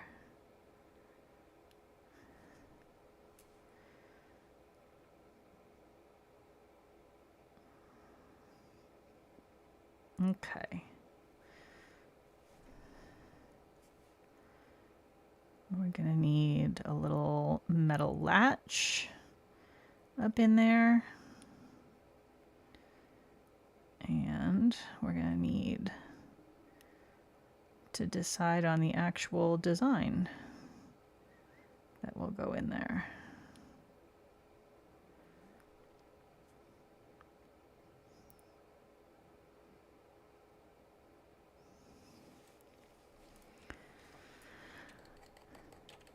Okay, I need more white. The pink, it has pink hex glitters. That's cute. I assume it's, oh, you said it was gray, right? Yeah, so gray with pink hex glitters. That does sound very cute. Was that like a PPU one or something? It sounds vaguely familiar.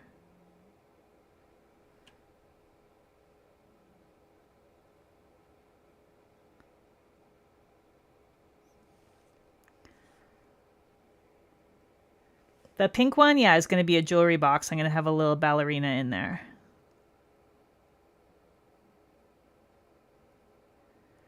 I think I think I want robots or a robot for this one.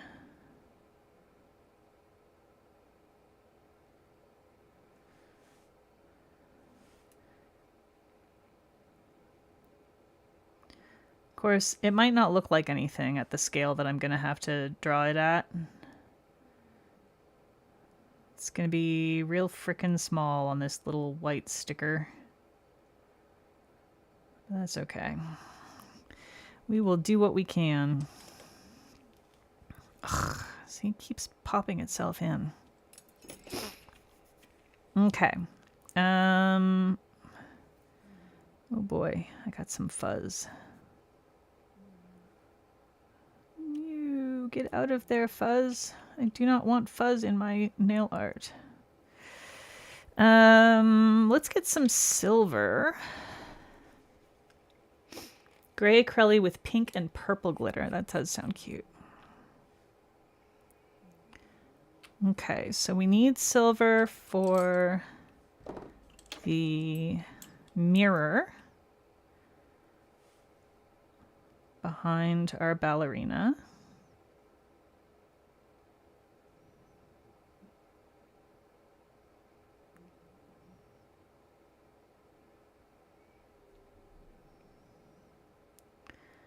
We also need some silver for the little latch on the lunchbox and the metal parts of the handle.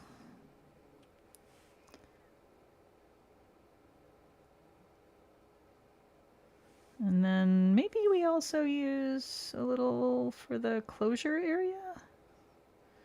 I don't know, is that too much? It might be too much. Meh, it's fine. There we go. All right. Sandbox.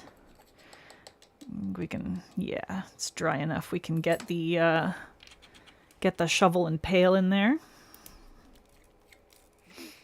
So yellow shovel, red pail. And I think shovel, you're only going to be able to see like the handle sticking out. Like this. With a little...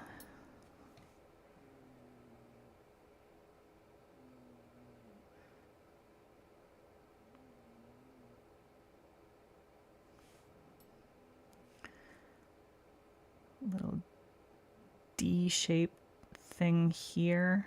I'm making a real mess of this. I should have used the smaller brush. I do think it kind of reads as a shovel handle though, just because of the context.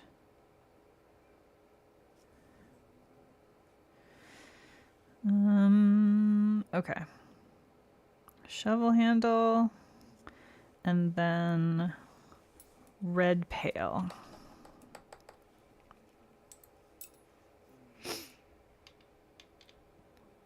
Jammy Dodgers is snoring, and it might be the case that actually Budgie is also snoring. I can't be sure if it's both of them, but it kind of sounds like it might be. All right, I think pail kind of like at a little bit of an angle. This is a very small pail. We need it to be much larger than this. The tools are not to scale. Let's just say that. It's fine that the tools are not to scale. It's just a really small sandbox and really big tools.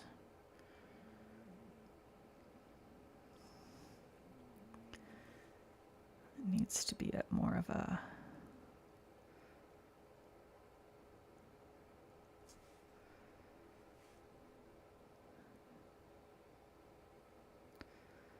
It's too square. My pail is too square. And it definitely needs a handle to go up like this. Look at that. As soon as you put a handle on it, it's like instantly more pale. Get a little... Whoop. Oh dear. Oh dear, that was too wet to be dipping into. That's okay. I think we can just pat that down and it'll probably be just fine. Yeah, it's fine. Okay.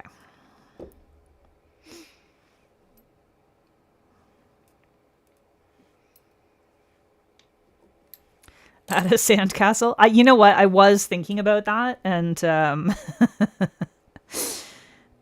for reasons that I hope are obvious, decided that maybe that would be a bit much. Just gonna do a little bit of some highlighting here, and then I'm gonna walk back the highlighting a little bit.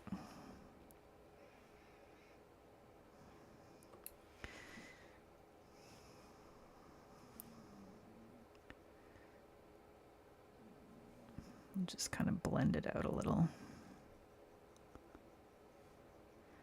All right, that's better. All right. She ain't perfect, but I feel like it reads like a pail and a shovel.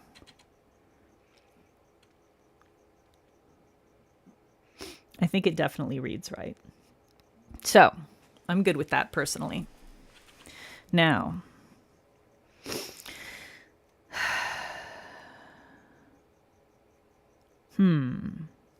what if it's an Astro Boy lunchbox? What if it's an Astro Boy lunchbox? I feel like Astro Boy is like simple enough.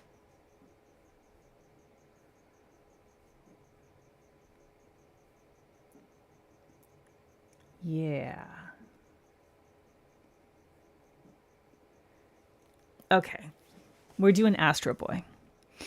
So Astro Boy, I think, is going to be mostly this pink with a little tiny bit of See Y'all Later Chai and a little bit of white. Yeah, I think like Astro Boy is like a real simple design that hopefully will be like really recognizable, and definitely would be on this style of lunchbox.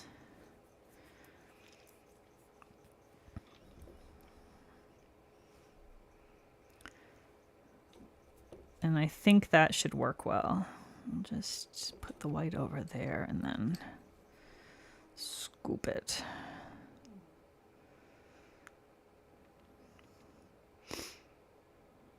That looks like a decent Astro Boy color. We'll get his little fist. He'll be flying. I'm gonna have his little fist and his little arm.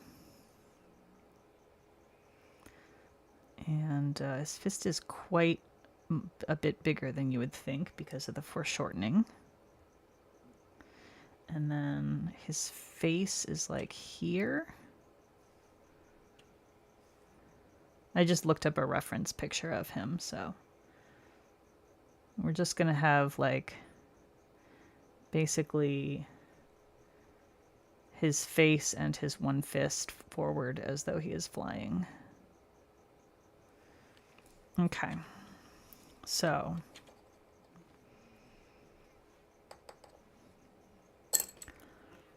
I'm gonna let that dry a little bit, and then oh no, you got a potty with semi-dry base coat. The worst. The worst.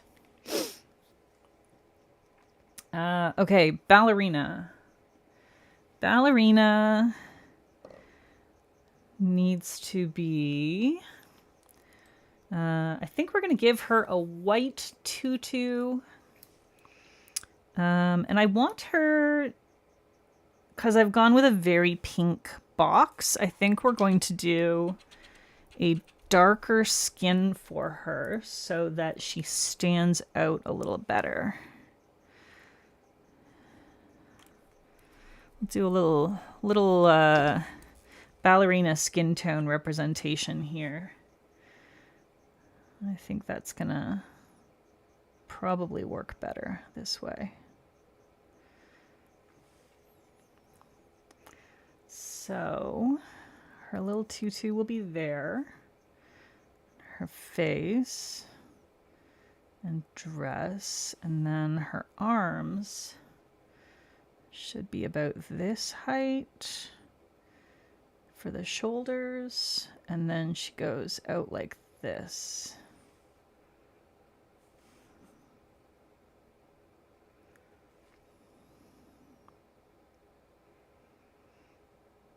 Okay. Let's give her a little bit more defined structure.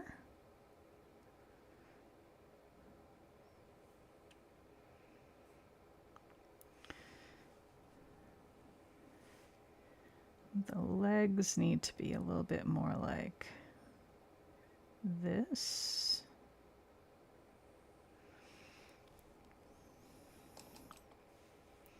Misty Copeland ballerina. I think white might stand out best against this for her outfit. I'm worried if I do purple, it's gonna like get a little bit too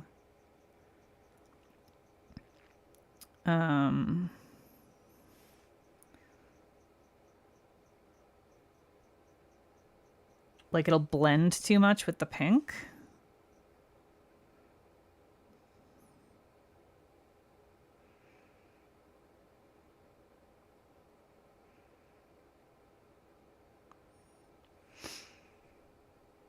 She's a plus-size ballerina, folks.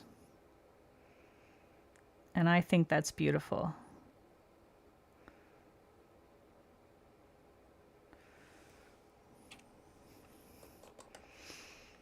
Let's give her a little hint of hair. I'm just going to add some black to my brown to make it a darker brown.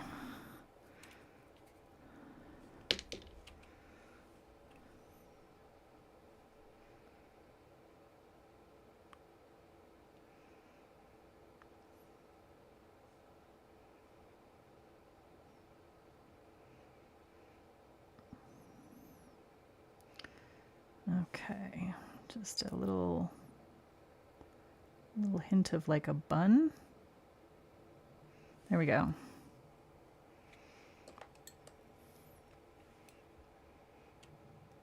I don't know who Misty Copeland is, but you know, I feel like a lot of people get labeled plus size that are just like not horrifically scrawny.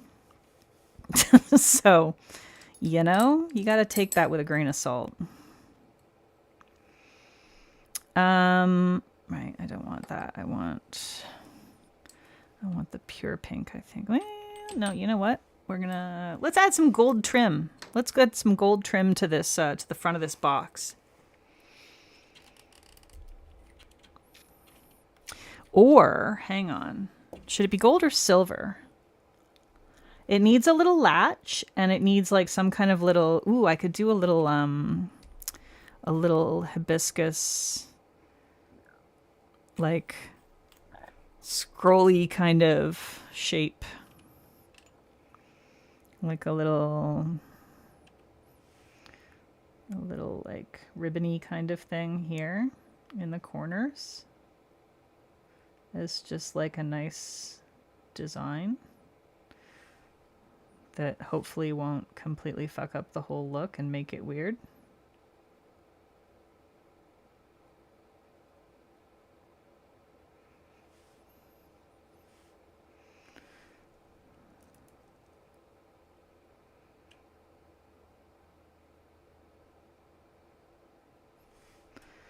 Okay.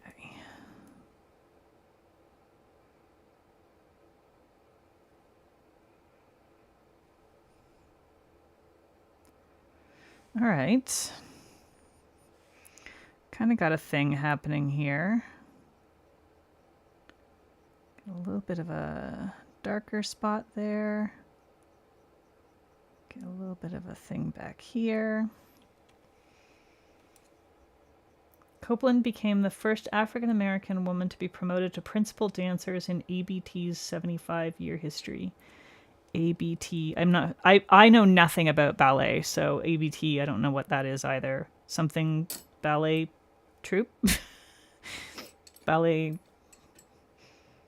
Tijuana? I don't know. I assume the B stands for ballet, because that makes sense. That's cool, though. It is pathetic that it took until 2015 for something like that to happen, though. It sounds like it's something that would have been a big deal, and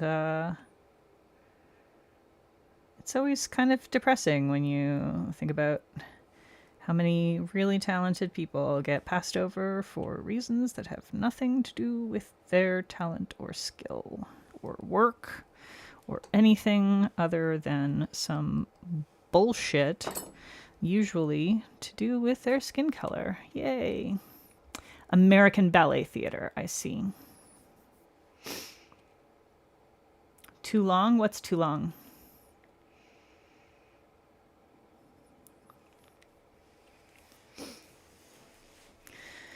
Okay. Back to our little friend, Astro Boy here. We're gonna need some...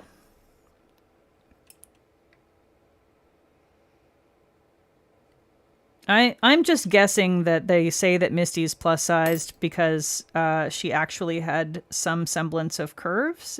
Would that be an accurate characterization? She's probably still incredibly slim and wildly powerful and athletic. God forbid anyone should have a curve in ballet. We are not allowed to have those. Okay, Astro Boy. Here we go. He's got his little hair.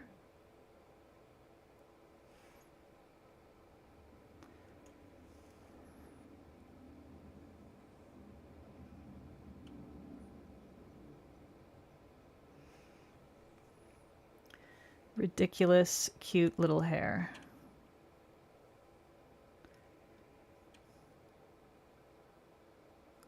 I went to prom with a guy who was kind of dressed a little bit like Astro Boy. He had he did the Astro Boy hair, but combat pants. I was wearing a satin tent. I did a bad job with this hair, but don't worry, we're gonna fix it. It'll be fine. We're gonna get there. I believe in us. This is challenging, y'all. It's too small to be doing it this kind of freaking detail level, is all I'm saying. Alright. Let's give him some eyes. Oh yeah, that's really bad. A little face. A little determined mouth.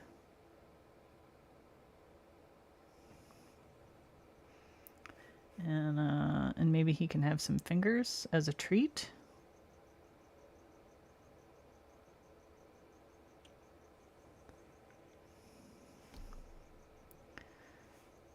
Oh yeah. You know? I should have gone into animation, clearly, because look at the fucking skill. Look at the absolute mastery.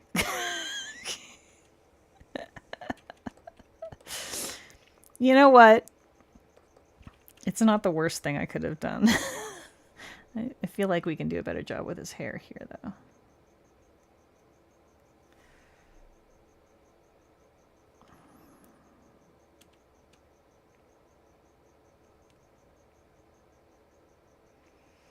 I'm gonna use some white here and try and touch up a little bit of this.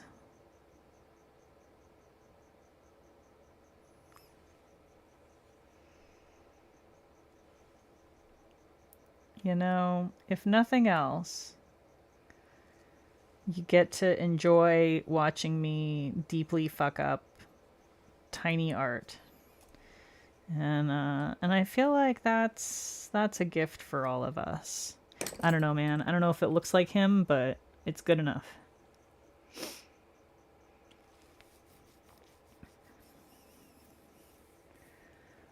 Too dark, my ass. Of course she's incredibly muscular. You have to be a ballerina. Your coworker told you she uses a sewing needle for small details. Yeah, that's about as fine a point as you can get. Oh yeah, the whole I can see your lunch thing. I've heard about that. That's fucked up, man. It's so messed up that world is still like that to this day. And like, I get that they have to be light in order to be lifted. That's fine. But like, they don't have to be literally starving themselves. They don't have to be not eating and not fueling their bodies appropriately. Like, how are you supposed to engage in that kind of athleticism when you aren't fueling right? It's wild.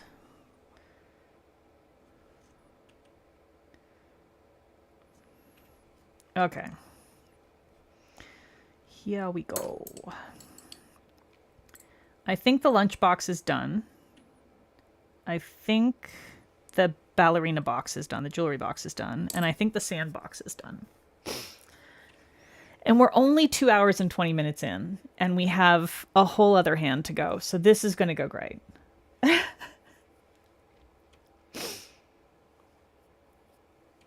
All right. I'm going to give you a cat break. I'm going to blow my nose. I'm going to take a drink of water. And I'm going to stretch slightly. Please enjoy cats.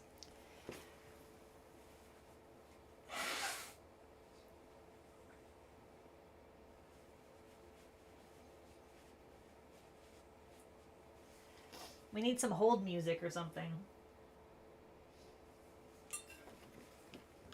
I've actually tried to get 2 different people to make me music for my stream.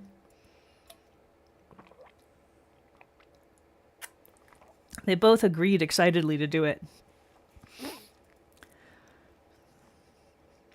One of them has agreed excitedly to do it twice.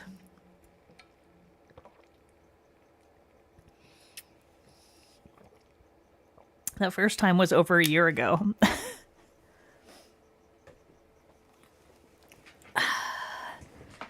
Maybe someday I'll have stream music.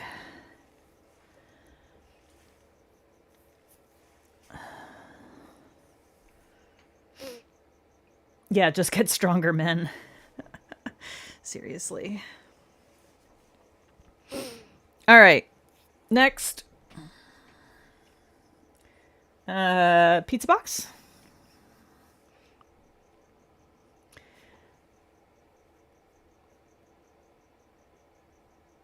Okay, we did lunchbox. We did sandbox.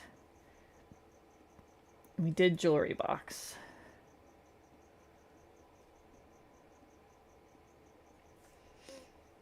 Pizza box needs to be open. So let's go with pizza box.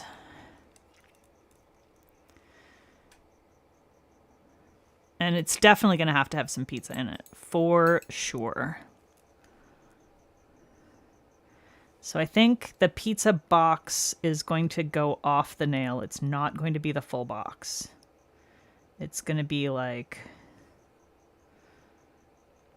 a little bit of a front part across here.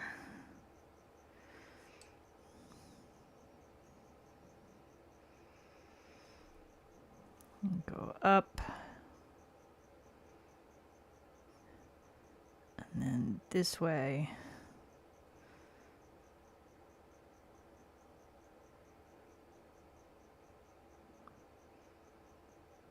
Oh, we're still on cats. Y'all don't mind though. I'll switch it over to nails in just a second.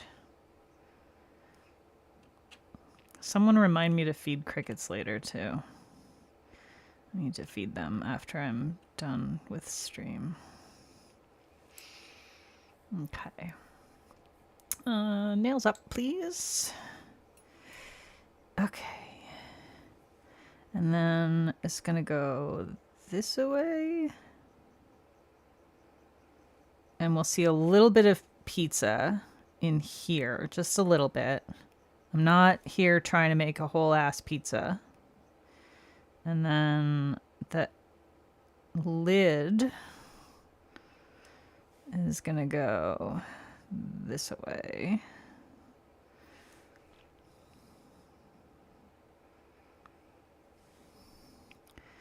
And this needs more thinner. Cause holy cow, she getting goopy. I also need to clean this ding dang brush. All right.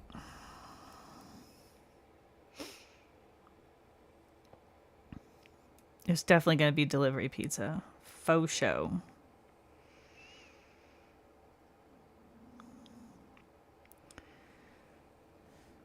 Oh boy. Oh boy. All right. Do.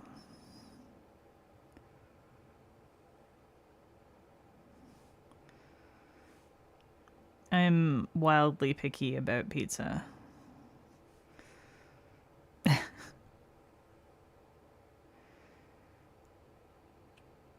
Most pizza, I have to be basically starving to eat.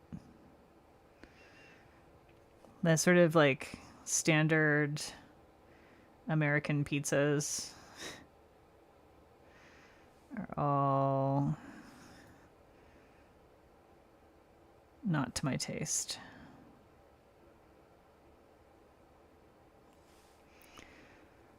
There is a special place in my heart for Chicago deep dish, but I don't really think of it as pizza. It's like something else entirely that sort of resembles pizza, but isn't pizza.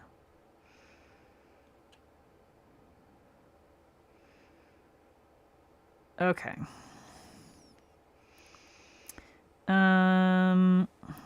This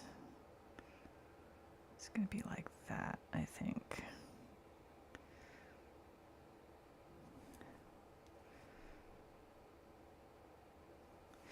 All right, the inside of the box is gonna be, I think, see y'all later chai. It's a fairly neutral sort of box brown. Yeah, it's a pie.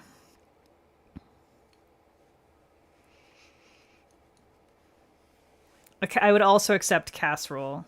Your pizza is done right on time for pizza nail. Excellent. Okay. We're gonna do inside of the box. Actually, should the inside of the box be a little darker? It should be a little darker, I think. Let's add some magical mustache and then also a tiny bit of green. I think green is going to help. I don't want too much though. My gut is saying add a little green.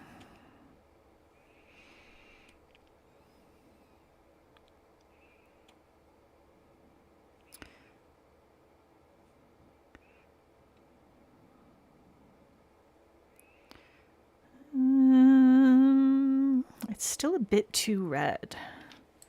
Maybe a touch of blue. It's kind of an orangey. Maybe it wants more blue, blue-violet. It's got a very orangey base to it. Did I add too much? Did I add too much? Ooh. Nope, I did not add too much. I added just just the right amount. Okay, here we go.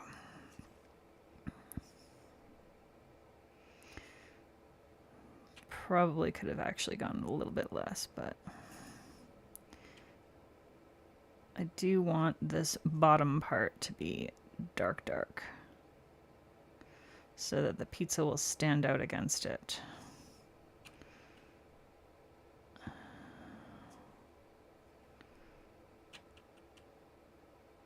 Although we are mostly not going to see this part that I'm painting right now, but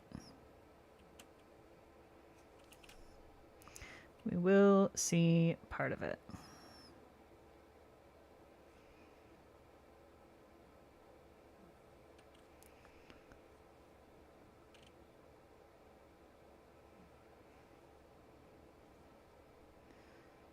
Okay. And then add back in some of this. You're going gluten-free next year since your sister is gluten intolerant. That will make things a little bit easier for sure. Is she also sensitive to gluten if it's like in the house, like if it's in the kitchen or whatever? Or does it mostly seem to be an issue if she's just actually eating it? Because I know like some people have to basically not have any gluten sort of in the kitchen because the cross-contamination issues can be such a problem. But other people are okay as long as they're not actually eating stuff that like has a bunch of gluten in it.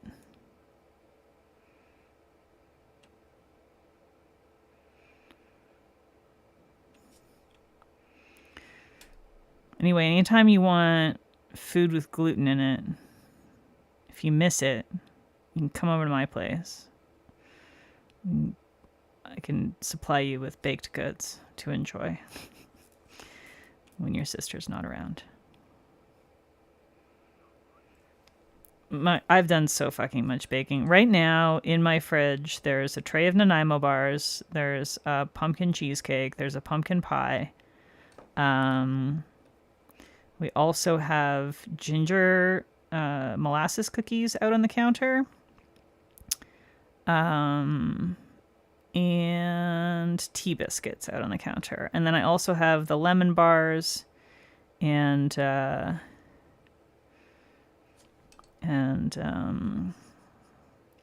Dolly bars. Some more of those in the freezer that I put away so that we wouldn't eat the entire batch.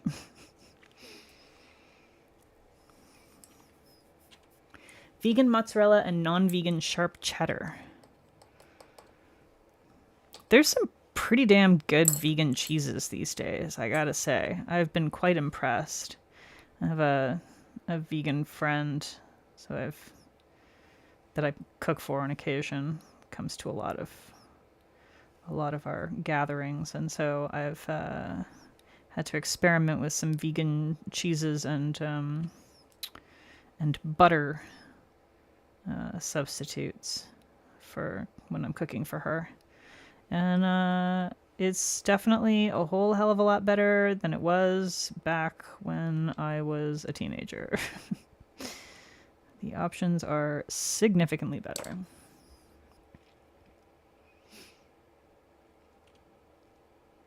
Okay, so you can totally like have vegan snacks for, or not vegan, have snacks that have some gluten in them and not have to worry about contaminating her.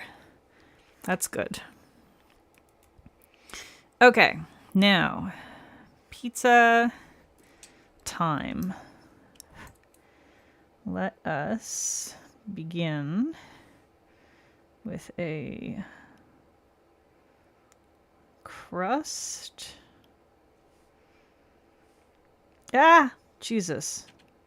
Just a fucking giant goddamn cat hair. Out of nowhere, attacked my brush and my nail.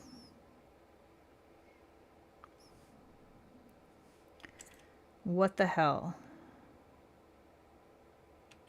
And there's still some on there.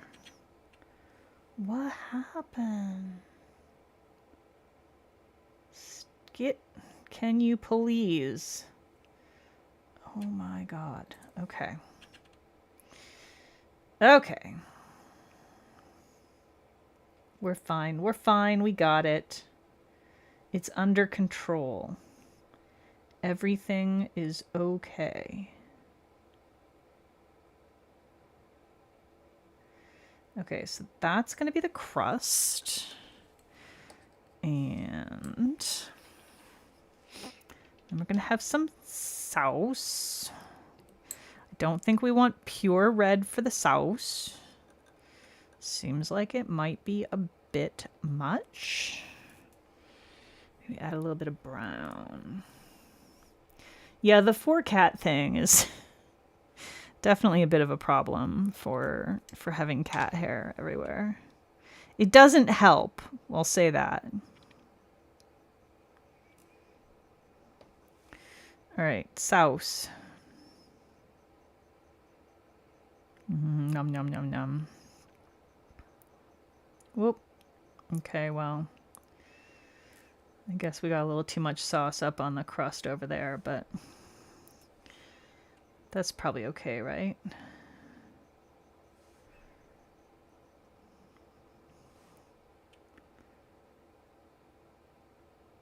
It happens. It happens. There we go. Okay, now we're going to need some cheese. I'm actually going to just slightly fix this a little bit. There we go. So cheese, I think we want mostly white with just a little bit of maybe chai or a tiny touch of yellow. I'm going to go real easy on that. Definitely mostly white.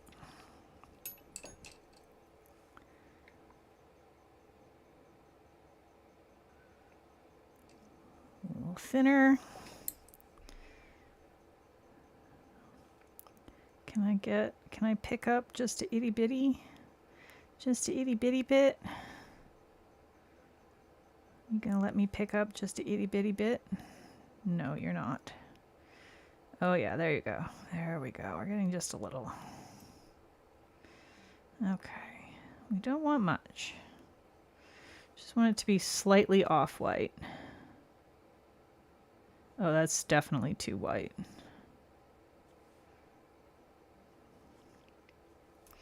We're just going to have to put thinner directly over there, aren't we?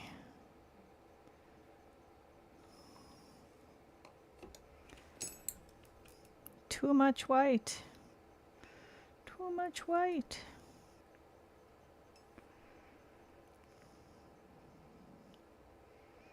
Maybe add a little bit of this. See how that looks.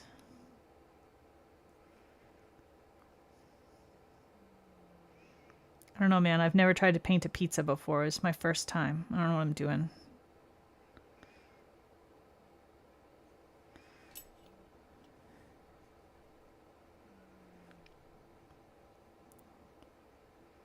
Okay, there's our cheese. And then I want a little bit of basil on here.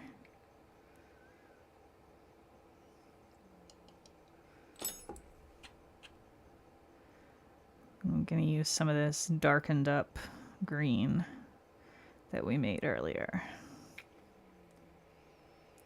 So my plan for the other hand was to paint decals, but I'm now concerned that it would be a 4-hour stream if I did that, so I might just leave the other hand as is. I don't know.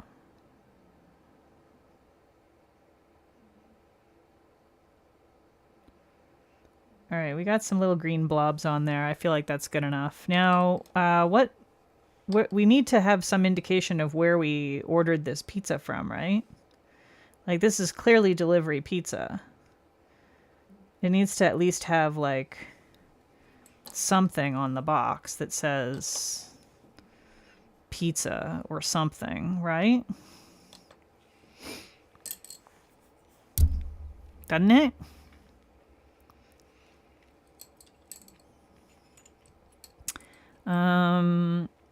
I think probably in red. Let's use red. Do it offline tomorrow? Yeah, I might. I might just do that. That would be reasonable. I definitely don't want to be streaming until midnight. I think Brian would probably murder me if I did. So, I don't know. Let's just say pizza. You know? In case it wasn't obvious to anybody who looked at the contents. Say, hey, this is pizza, yo. What, you couldn't tell?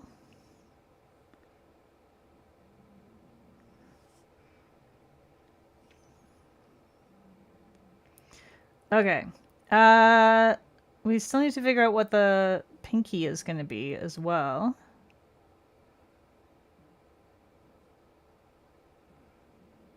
Oy, oy, oy. This is not my best hand lettering, I gotta tell you. It's not my worst hand lettering either, though, so, you know. Huzzah, I guess. Well, the A might be among my worst. I think we're gonna have to go in and touch that up a little bit. Chapel Roan hot to go?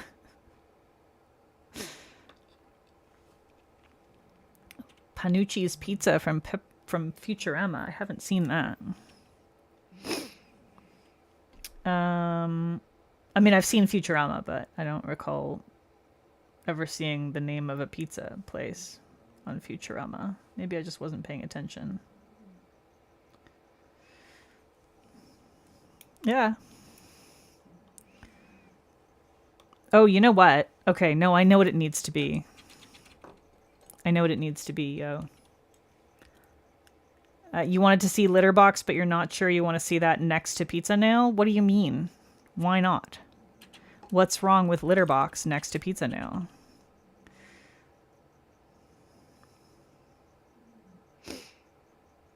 Oh, this thing is dying. It's going to start blinking on me. Okay, somebody needs to make this a brand, please.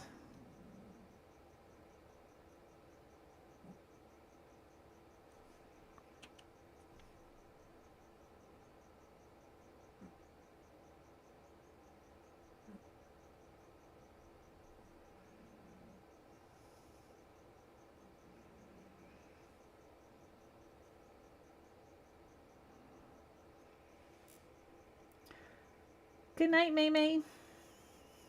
Pizza Hut.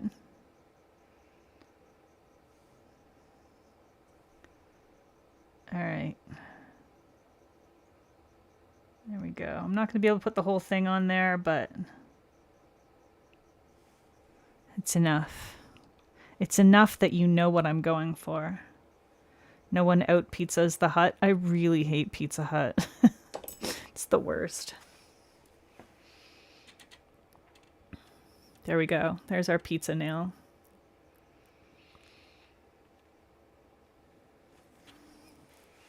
And now I want a nail polish brand called Pizza Polish. It would be cute.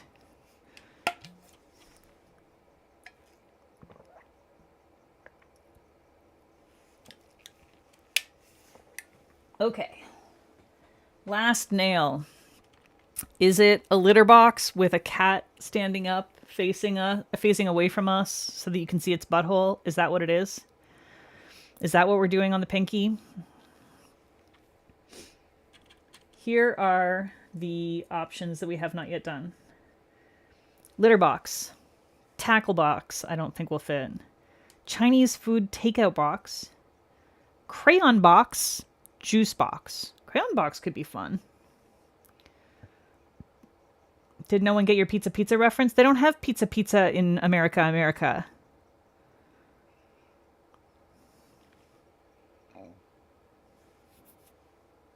Pizza pizza is a Canadian thing. Unless it's in the US now. But as far as I know, pizza pizza is only Canadian.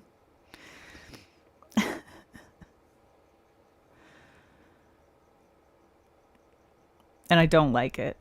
It's not good pizza. It's pizza of sadness and desperation. You do? You have pizza pizza here now? Crayons would be good. Little Caesars? What the hell, Little Caesars?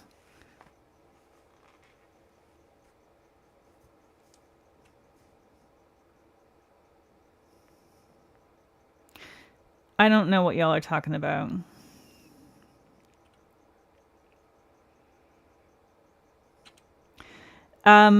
In Canada, there is a chain that is literally called Pizza Pizza.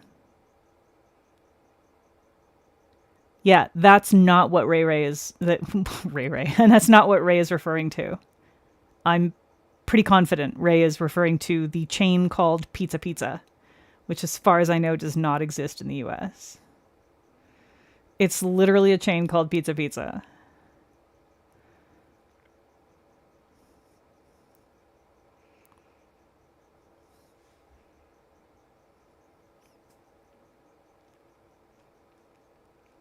It's okay for Little Caesars to say Pizza Pizza, but Pizza Pizza is a separate chain.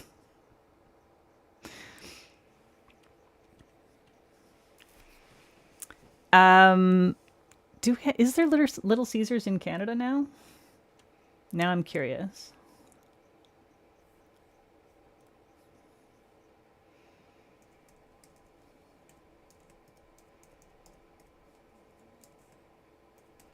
I don't remember ever seeing it in Canada. But I don't know if I would have necessarily noticed it.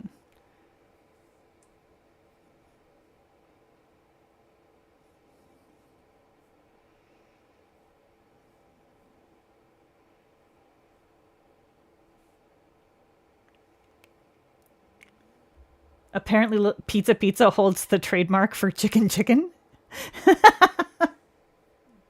That's ridiculous.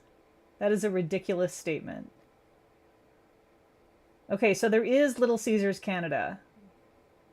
I don't know if there was one when I was actually desperate enough to eat chain pizza. But yeah, Pizza Pizza is a separate thing altogether. Okay, let's put this to a vote. Do we want crayon box or litter box? I'm going to make a poll for the last one here. Start a poll. Crayon or litter?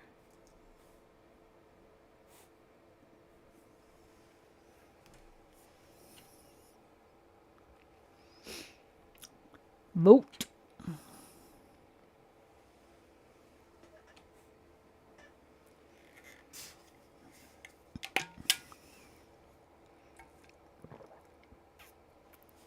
But yeah, Americans don't know about Pizza Pizza, the chain. And knowing that Little Caesars uses Pizza Pizza as a phrase, I can see why that would be incredibly confusing.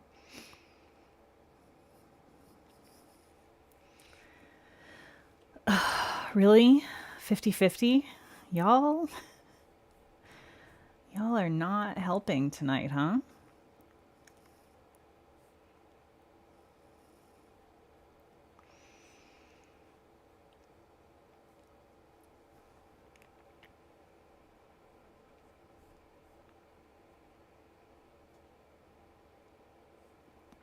Eight votes, still at 50-50. All right. Well, I guess I have to break the tie myself, damn it. You want the kitty to be bigger? Okay. What the hell is crazy bread? Crayon box with a cat sitting on it? No. No. That won't fit on my pinky. All right, I'm going to vote for crayon, and we'll do the litter box on the other hand. Not tonight. I'll have to do that tomorrow. All right. I'm ending the poll. Yeah, I think that's correct. That the kitty needs a little bit more real estate. I do already have sand on this hand. Another excellent point. Okay, crayon box is yellow. That is a thing that I know. Yellow and green, if it's Crayola. Pardon me.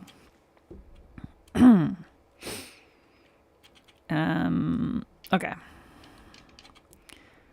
We're going to make a real simplified version. Let me get a reference image up.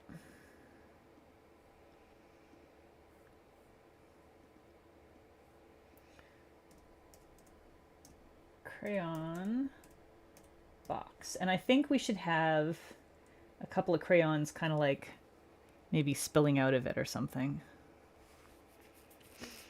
Super soft breadsticks smothered in garlic butter. I see.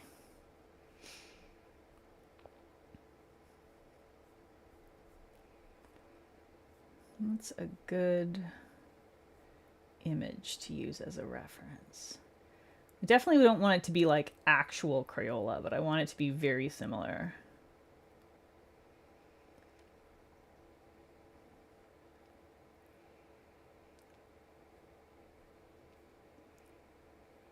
Okay.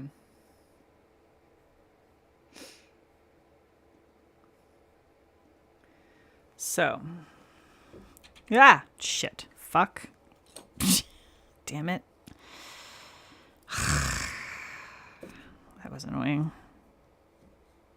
Oh yeah. This is good. It's real good. It's real good. I've done a good job. I've done an excellent job of fucking this shit up. Can we get it so that I don't have a bunch of lint on here? Is that something we can accomplish? Let's get a little bit of acetone. There we go. That's better. Okay. It's under control. Everything's fine. We got it. We got it. We got it. Crayon box.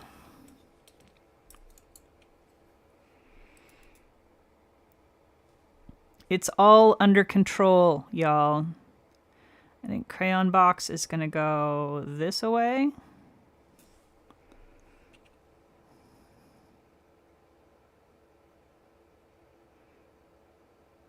We're not going to have the top visible, I think. Or maybe it'll just be like flipped open and you can kind of see it a little bit behind the crayons.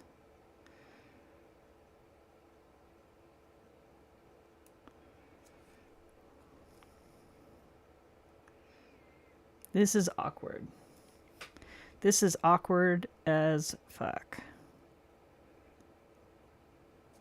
It's slightly less awkward. Trying to do straight lines on a curved surface is basically the worst. Like, why do we do this to ourselves? We should just make everything rounded. And then we won't have this problem.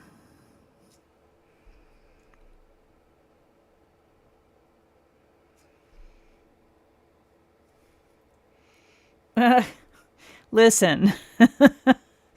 Crayola went after Charmed Lacquer in what I consider to be an extraordinarily gentle way. They were quite kind. Because she was selling some shit. But you can't buy my nail. So I'm not worried. I know how trademark law works.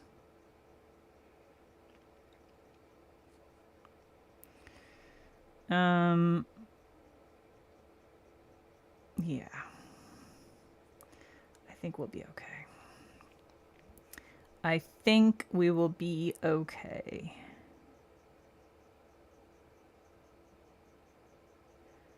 I also think it would be extremely fun to have my father write Crayola a letter if they did come after me.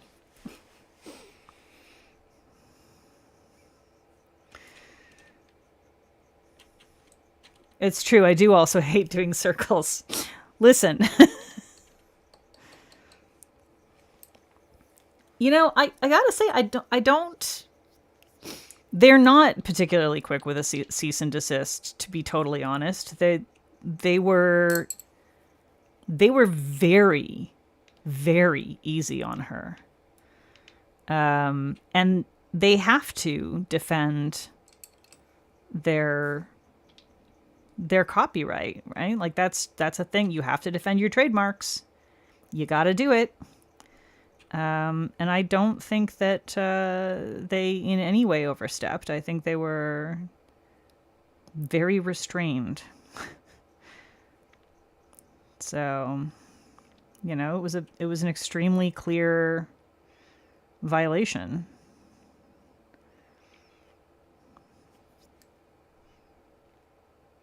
I mean, I'm not a lawyer, but I do spend a fair bit of time thinking about copyright law and learning about it for funsies, and have over the years spent a lot of time on it. And that's just not a thing I would ever do. Make a product that looks almost exactly like a known, beloved, trademarked product. You're asking for it. Is there a little hair on there? What's going on? Did I brush it off already? I think I must have. All right, a little tiny thing there. A little tiny thing there, because the box is open. So these are like the side flaps.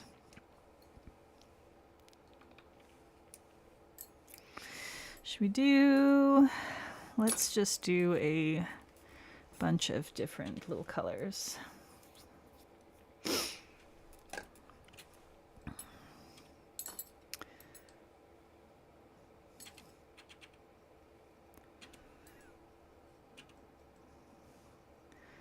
All right. Oh, you know what we should actually do? Here, this will be smarter. This will be smarter. Let's do the white inside of the packaging first, and then use that as like the our color booster for our crayons. Because otherwise they're going to look a little bit dull against the dark gray.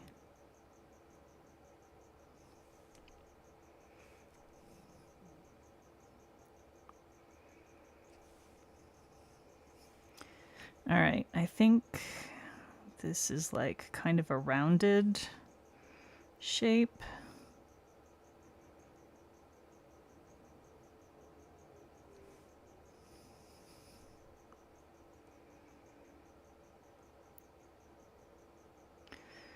I did understand that you were making a joke, but I was quite annoyed with that whole train wreck, because I really was like excited for her to be doing some stuff, and then she did it in the worst possible way. I was like, no, stop, what are you doing? Yeah, but not my problem. I saw Nail Polies is closing. That is very sad. I don't own any of their stuff, and their polish has never really spoken to me, but I have always really loved that someone is out there doing this incredibly adorable labor of love kind of project. And I do think it's sad that she is closing, because I think that was a really, I mean, it's just such a unique offering in an indie world that can sometimes feel very samey. It was a really unique offering, and she certainly was not charging enough. But super cute stuff.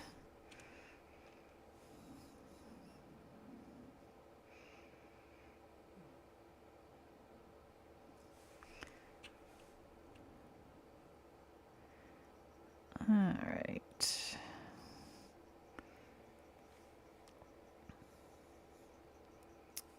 CL and NP what? These are separate topics. Or do you mean the comment about speaking of... Oh, okay, sorry. I didn't read back far enough. I missed that you had said something in between. Yes, they were friends. Or at least friendly. And I know that oh, I forget her name, the owner of Charmed Lacquer, had done a lot of swatching for nail polys as well, and had been a big supporter. And so, yeah, the whole thing is like super sad.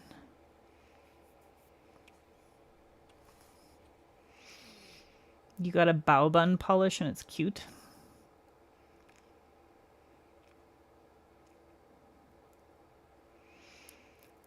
Yeah, so the thing about the pricing with them is that it's underpriced for the sculpture aspect, but seems overpriced if you're comparing it to other nail polishes. And so I feel like the only reasonable way to approach collecting their stuff is that you are buying a decorative collectible item that will go on your nail polish display shelves, right?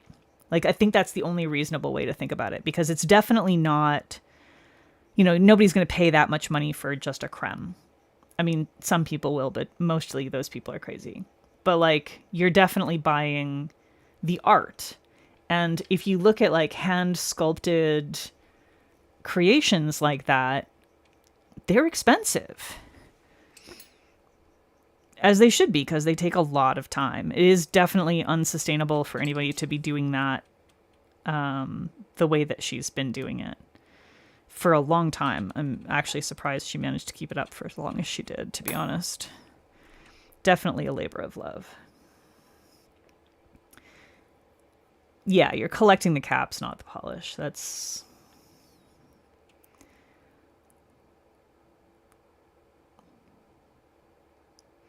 is totally a thing.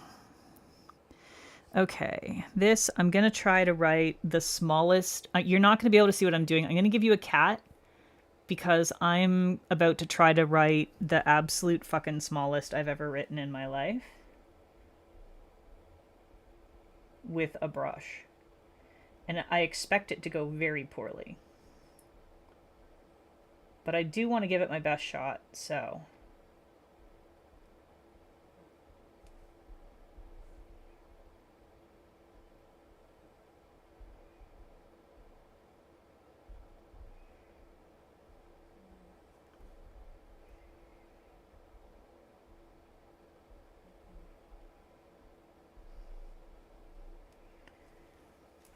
Don't know if this is going to be legible at all.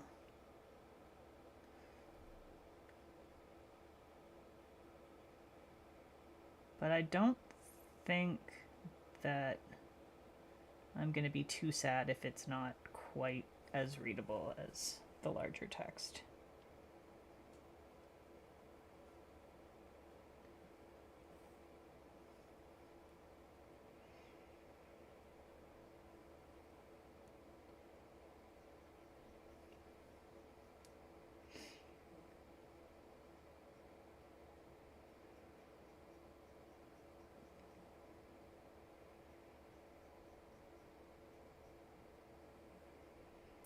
my god, this is ridiculous.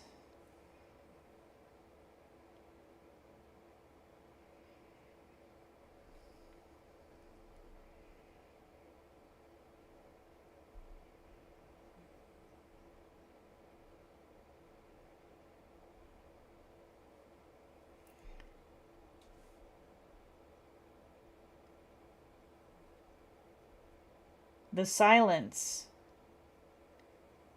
I'm sorry, I should be being more entertaining so that people can actually tell that something is happening since the cats aren't moving.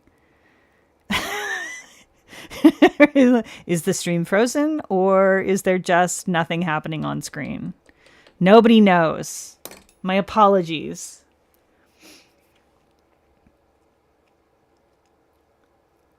Yeah, $20 for something you won't wear is a tough sell. I agree with you. But like again, if you look at just the cap as a sculpture, $20 is less than you would expect to pay at a craft show for something of that size and detail that's hand sculpted, or at least it's the minimum amount, right? So at that point, you're kind of like giving away the polish.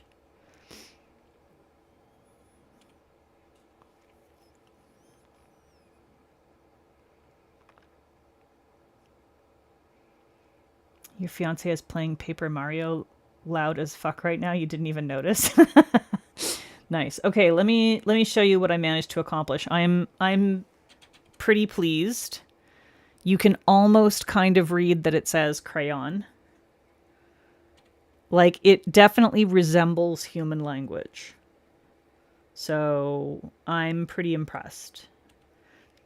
That took every fiber of my being. I'd rather pay $20 for the caps alone. Yeah, I mean, that's real. I get that. Okay, let's get some crayons in this box. I'm just going to make this real simple. We got a red crayon. We're going to need an orange crayon.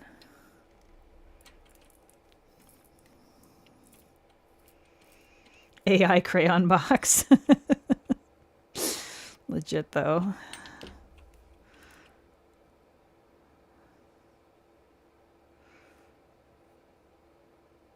Oh, I need a little bit more polish on there. I feel like I really like locked myself into painting 12 crayons by writing 12 on the box, but you know, I don't know if we're going to get there.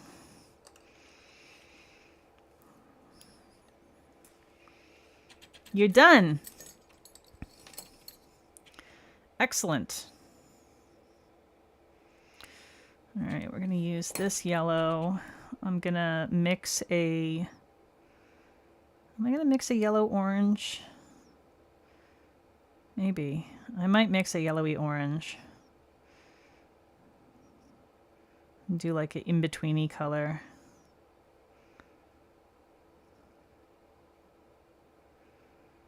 If I'm going to do 12 colors, I'm going to need some in-betweeny colors, I think.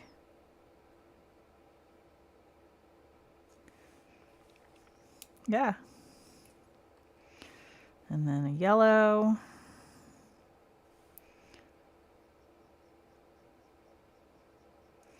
And then a yellow green. Can I get this green in there? Is that going to be too dark though?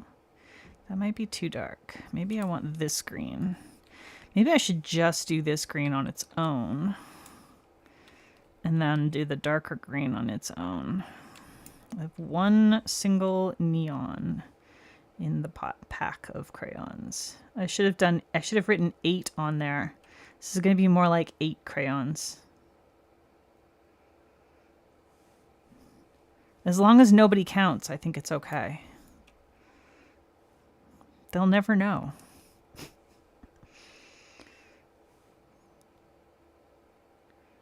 That fucking thing's poked in again.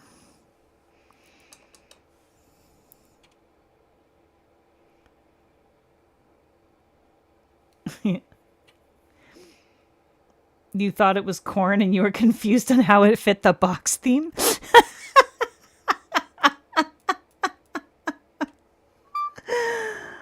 Oh, that's fantastic.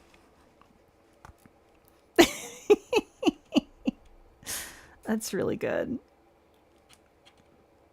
Some of the crayons can be the half pieces that fall over at the bottom of the box, yeah. For sure.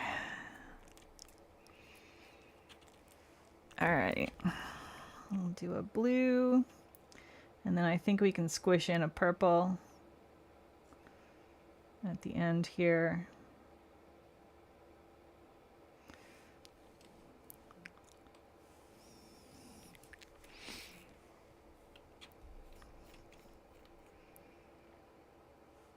It's not really purple, but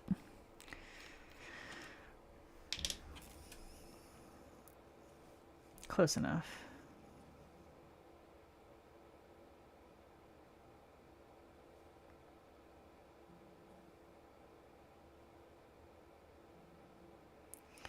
All right. Okay, it's definitely a crayon box.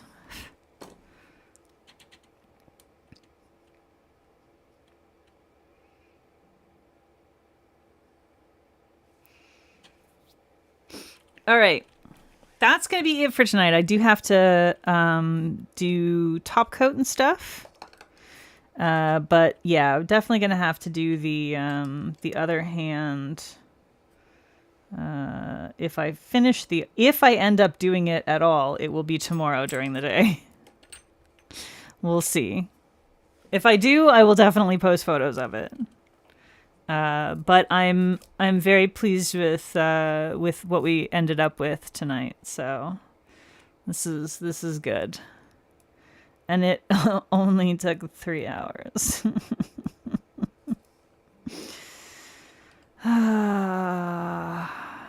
A 3-hour stream. A 3-hour stream. Oh. I see a fur. I don't want to put that cat hair in there. Don't want to cement it in.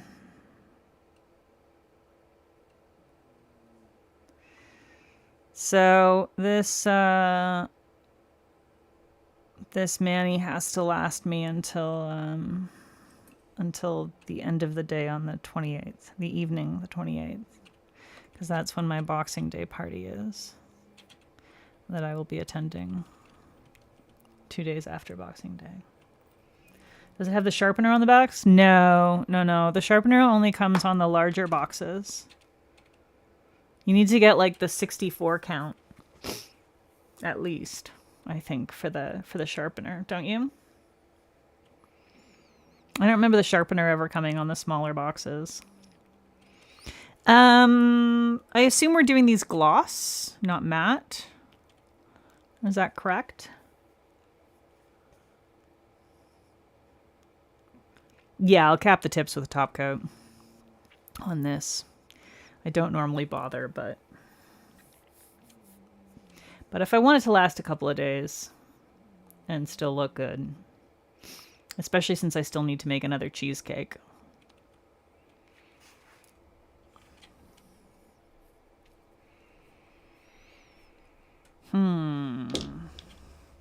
Guess I'm going to have some leftovers after this. I wonder if there's any more sausage left.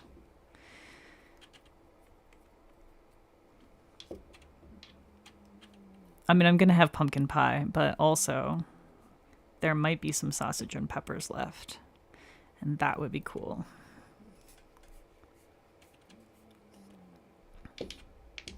Because I would like to have something savory as well. All right, wait, it was the green that was real bad and I had to open it with my mouth, right?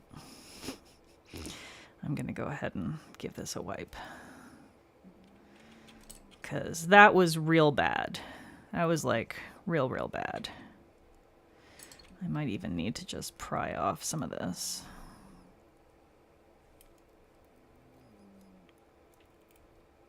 Oh boy, that went flying.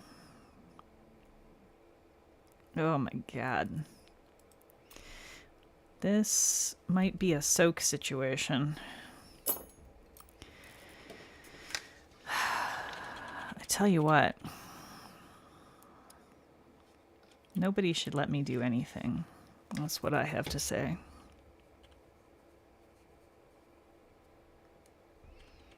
Crayons are the only things you want to hoard for no logical reason. You just want them and to collect them for your own sickening greed. You know, crayons, markers, things like that. I think it's the rainbow collecting urge. I think that's what it is. For me, at least, it's the rainbow collecting urge. I also have like watercolor pencil crayons. What do y'all call pencil crayons again? Colored pencils. I have watercolor ones of those. Fucking Americans, man. That one is actually one of the rare situations where it's the Canadians that are the weird ones, and I blame the French. We call colored pencils pencil crayons, and I think it's because of the French. But anyway, yeah, I also collect those kinds of things, and I am unrepentant about it. I try not to like buy too many of them, but I definitely always have at least a few options for stuff like that at any given moment in time. And how often do I use them? Almost never. But not never, never.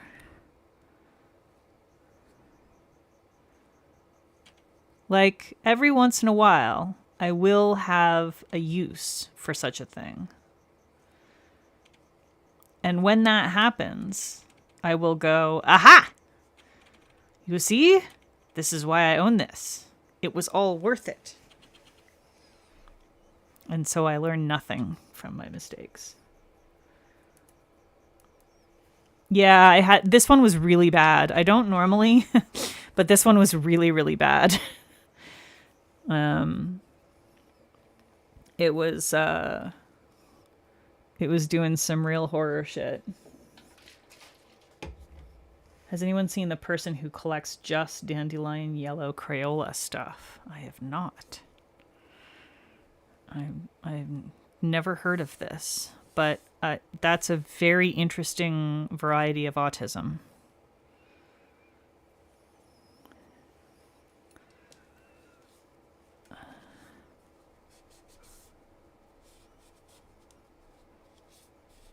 All right.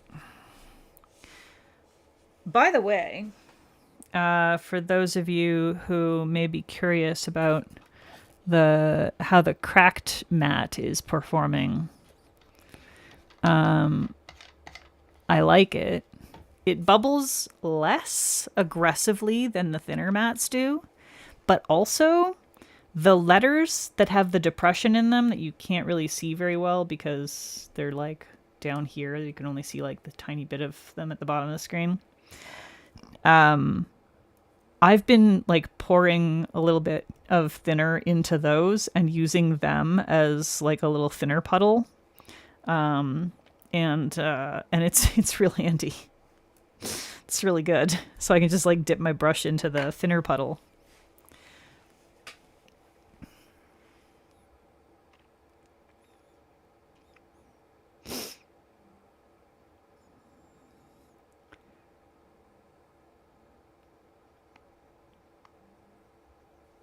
Melt down the dandelion yellow Crayolas?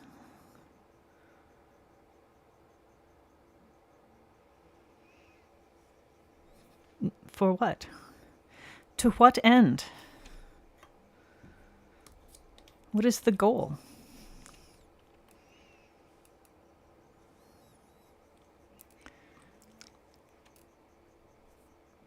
All right, top coat.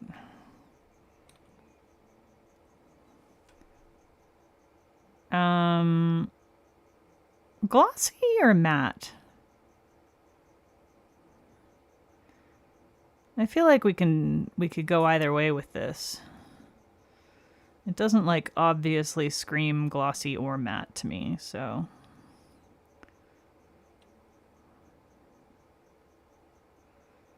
Whew. That's way too much. She made a giant dandelion Crayola? Yeah, okay. Why the hell not? The one good thing about the internet is that whatever your thing is that you're interested in, you can share that with other people, and somebody somewhere is going to find it entertaining and maybe even pay you. And that's fucking cool. Of course, it's also the worst thing about the internet, but, you know, whatever.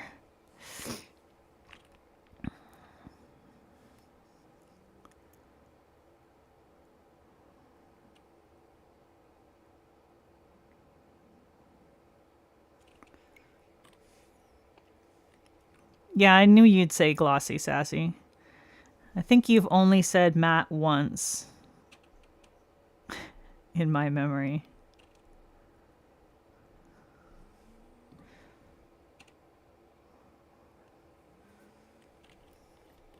Reason, dopamine. Yeah, exactly. It's reason enough. It's reason enough.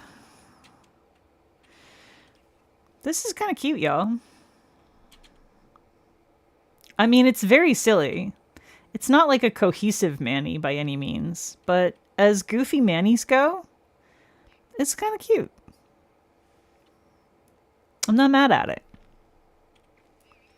All right, what's the best nail? What's your favorite one? I need to know. Is it turtle sandbox nail? Is it janky Astro Boy lunchbox nail? Is it slightly plus sized but beautiful ballerina jewelry box nail? Is it pizza polish delicious delivery nail? Or is it absolutely not charmed lacquer crayon box? I like turtles. That's a deep pull. That's a deep pull, Yanelli. I haven't thought about I like turtles in years.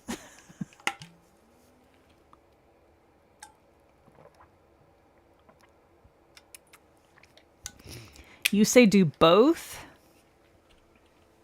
I'm not doing both, Yanelli. I refuse.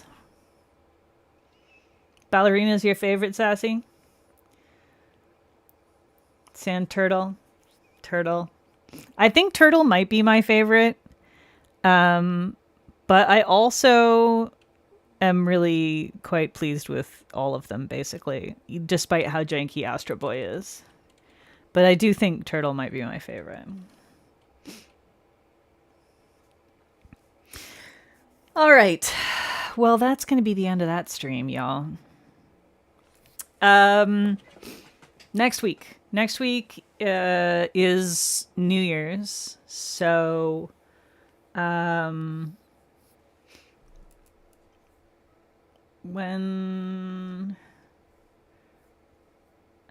on, move this. Let me just make sure I've got. So I could stream New Year's Day. I'm not sure if that makes sense to do, though.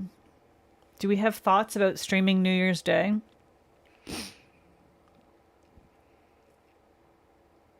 Because it's not, I mean, if it was New Year's Eve, I would say definitely not. New Year's Day, I feel like maybe it's worth just going ahead and streaming day of on a Thursday.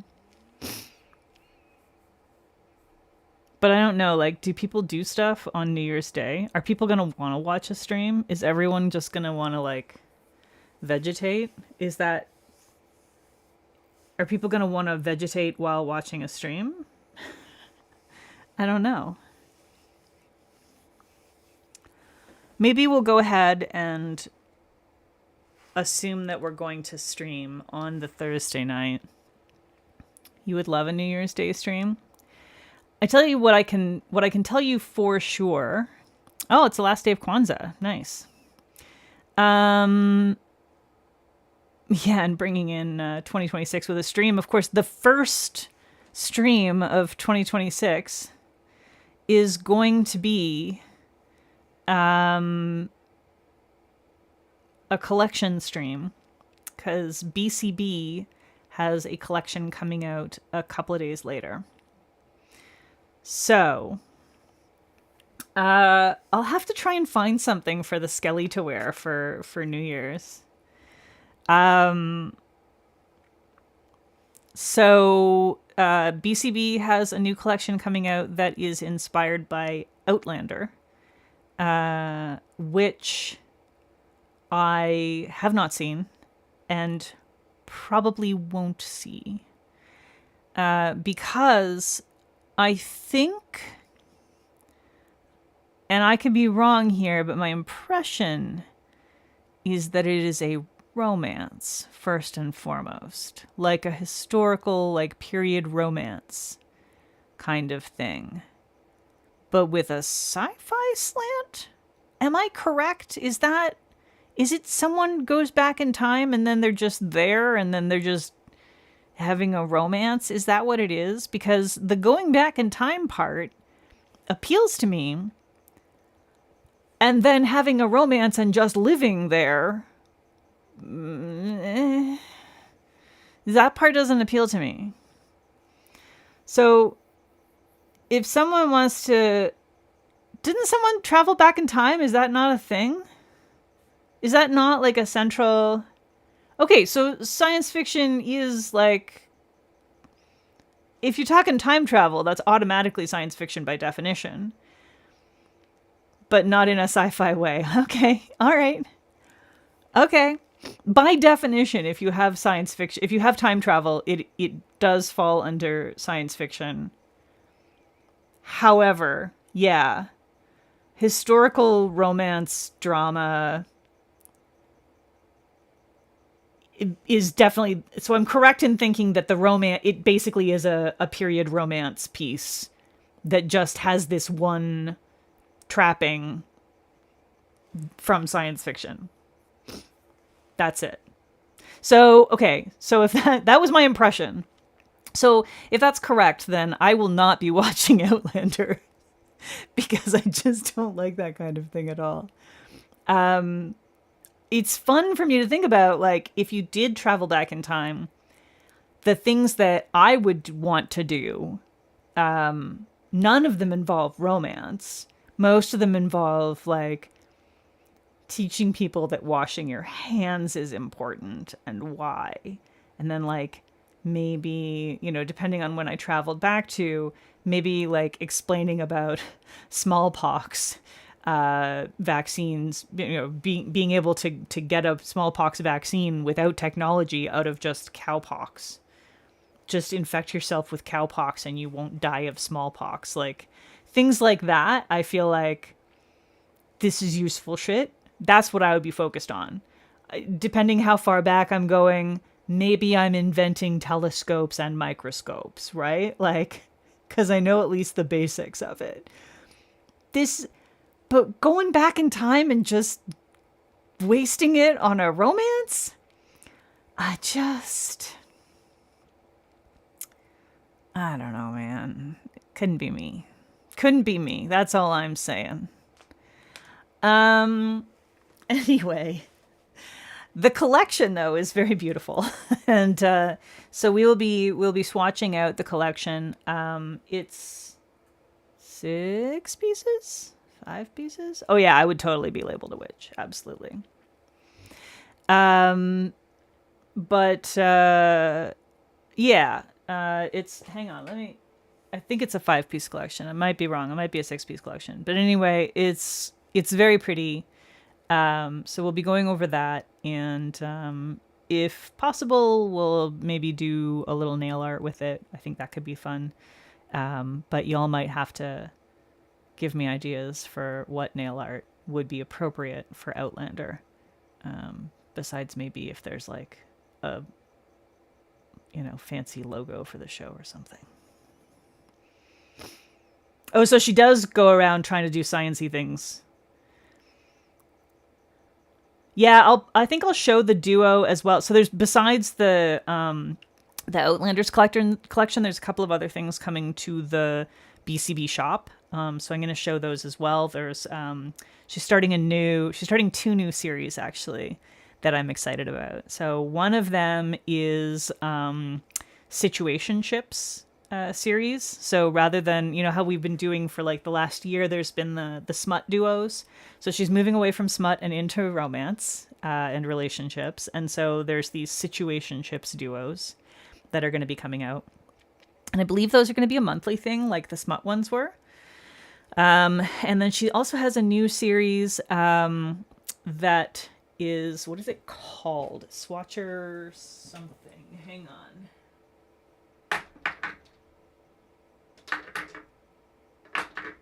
Where is it? Swatcher Showcase.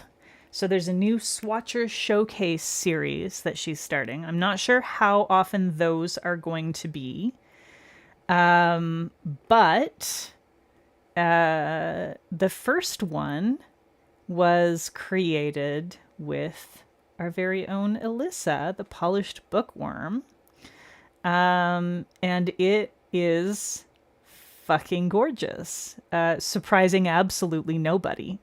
They worked together to come up with a really cool polish that is very much to Alyssa's taste. It is not a white multichrome or a white shimmer. That's all I'll say about it right this moment.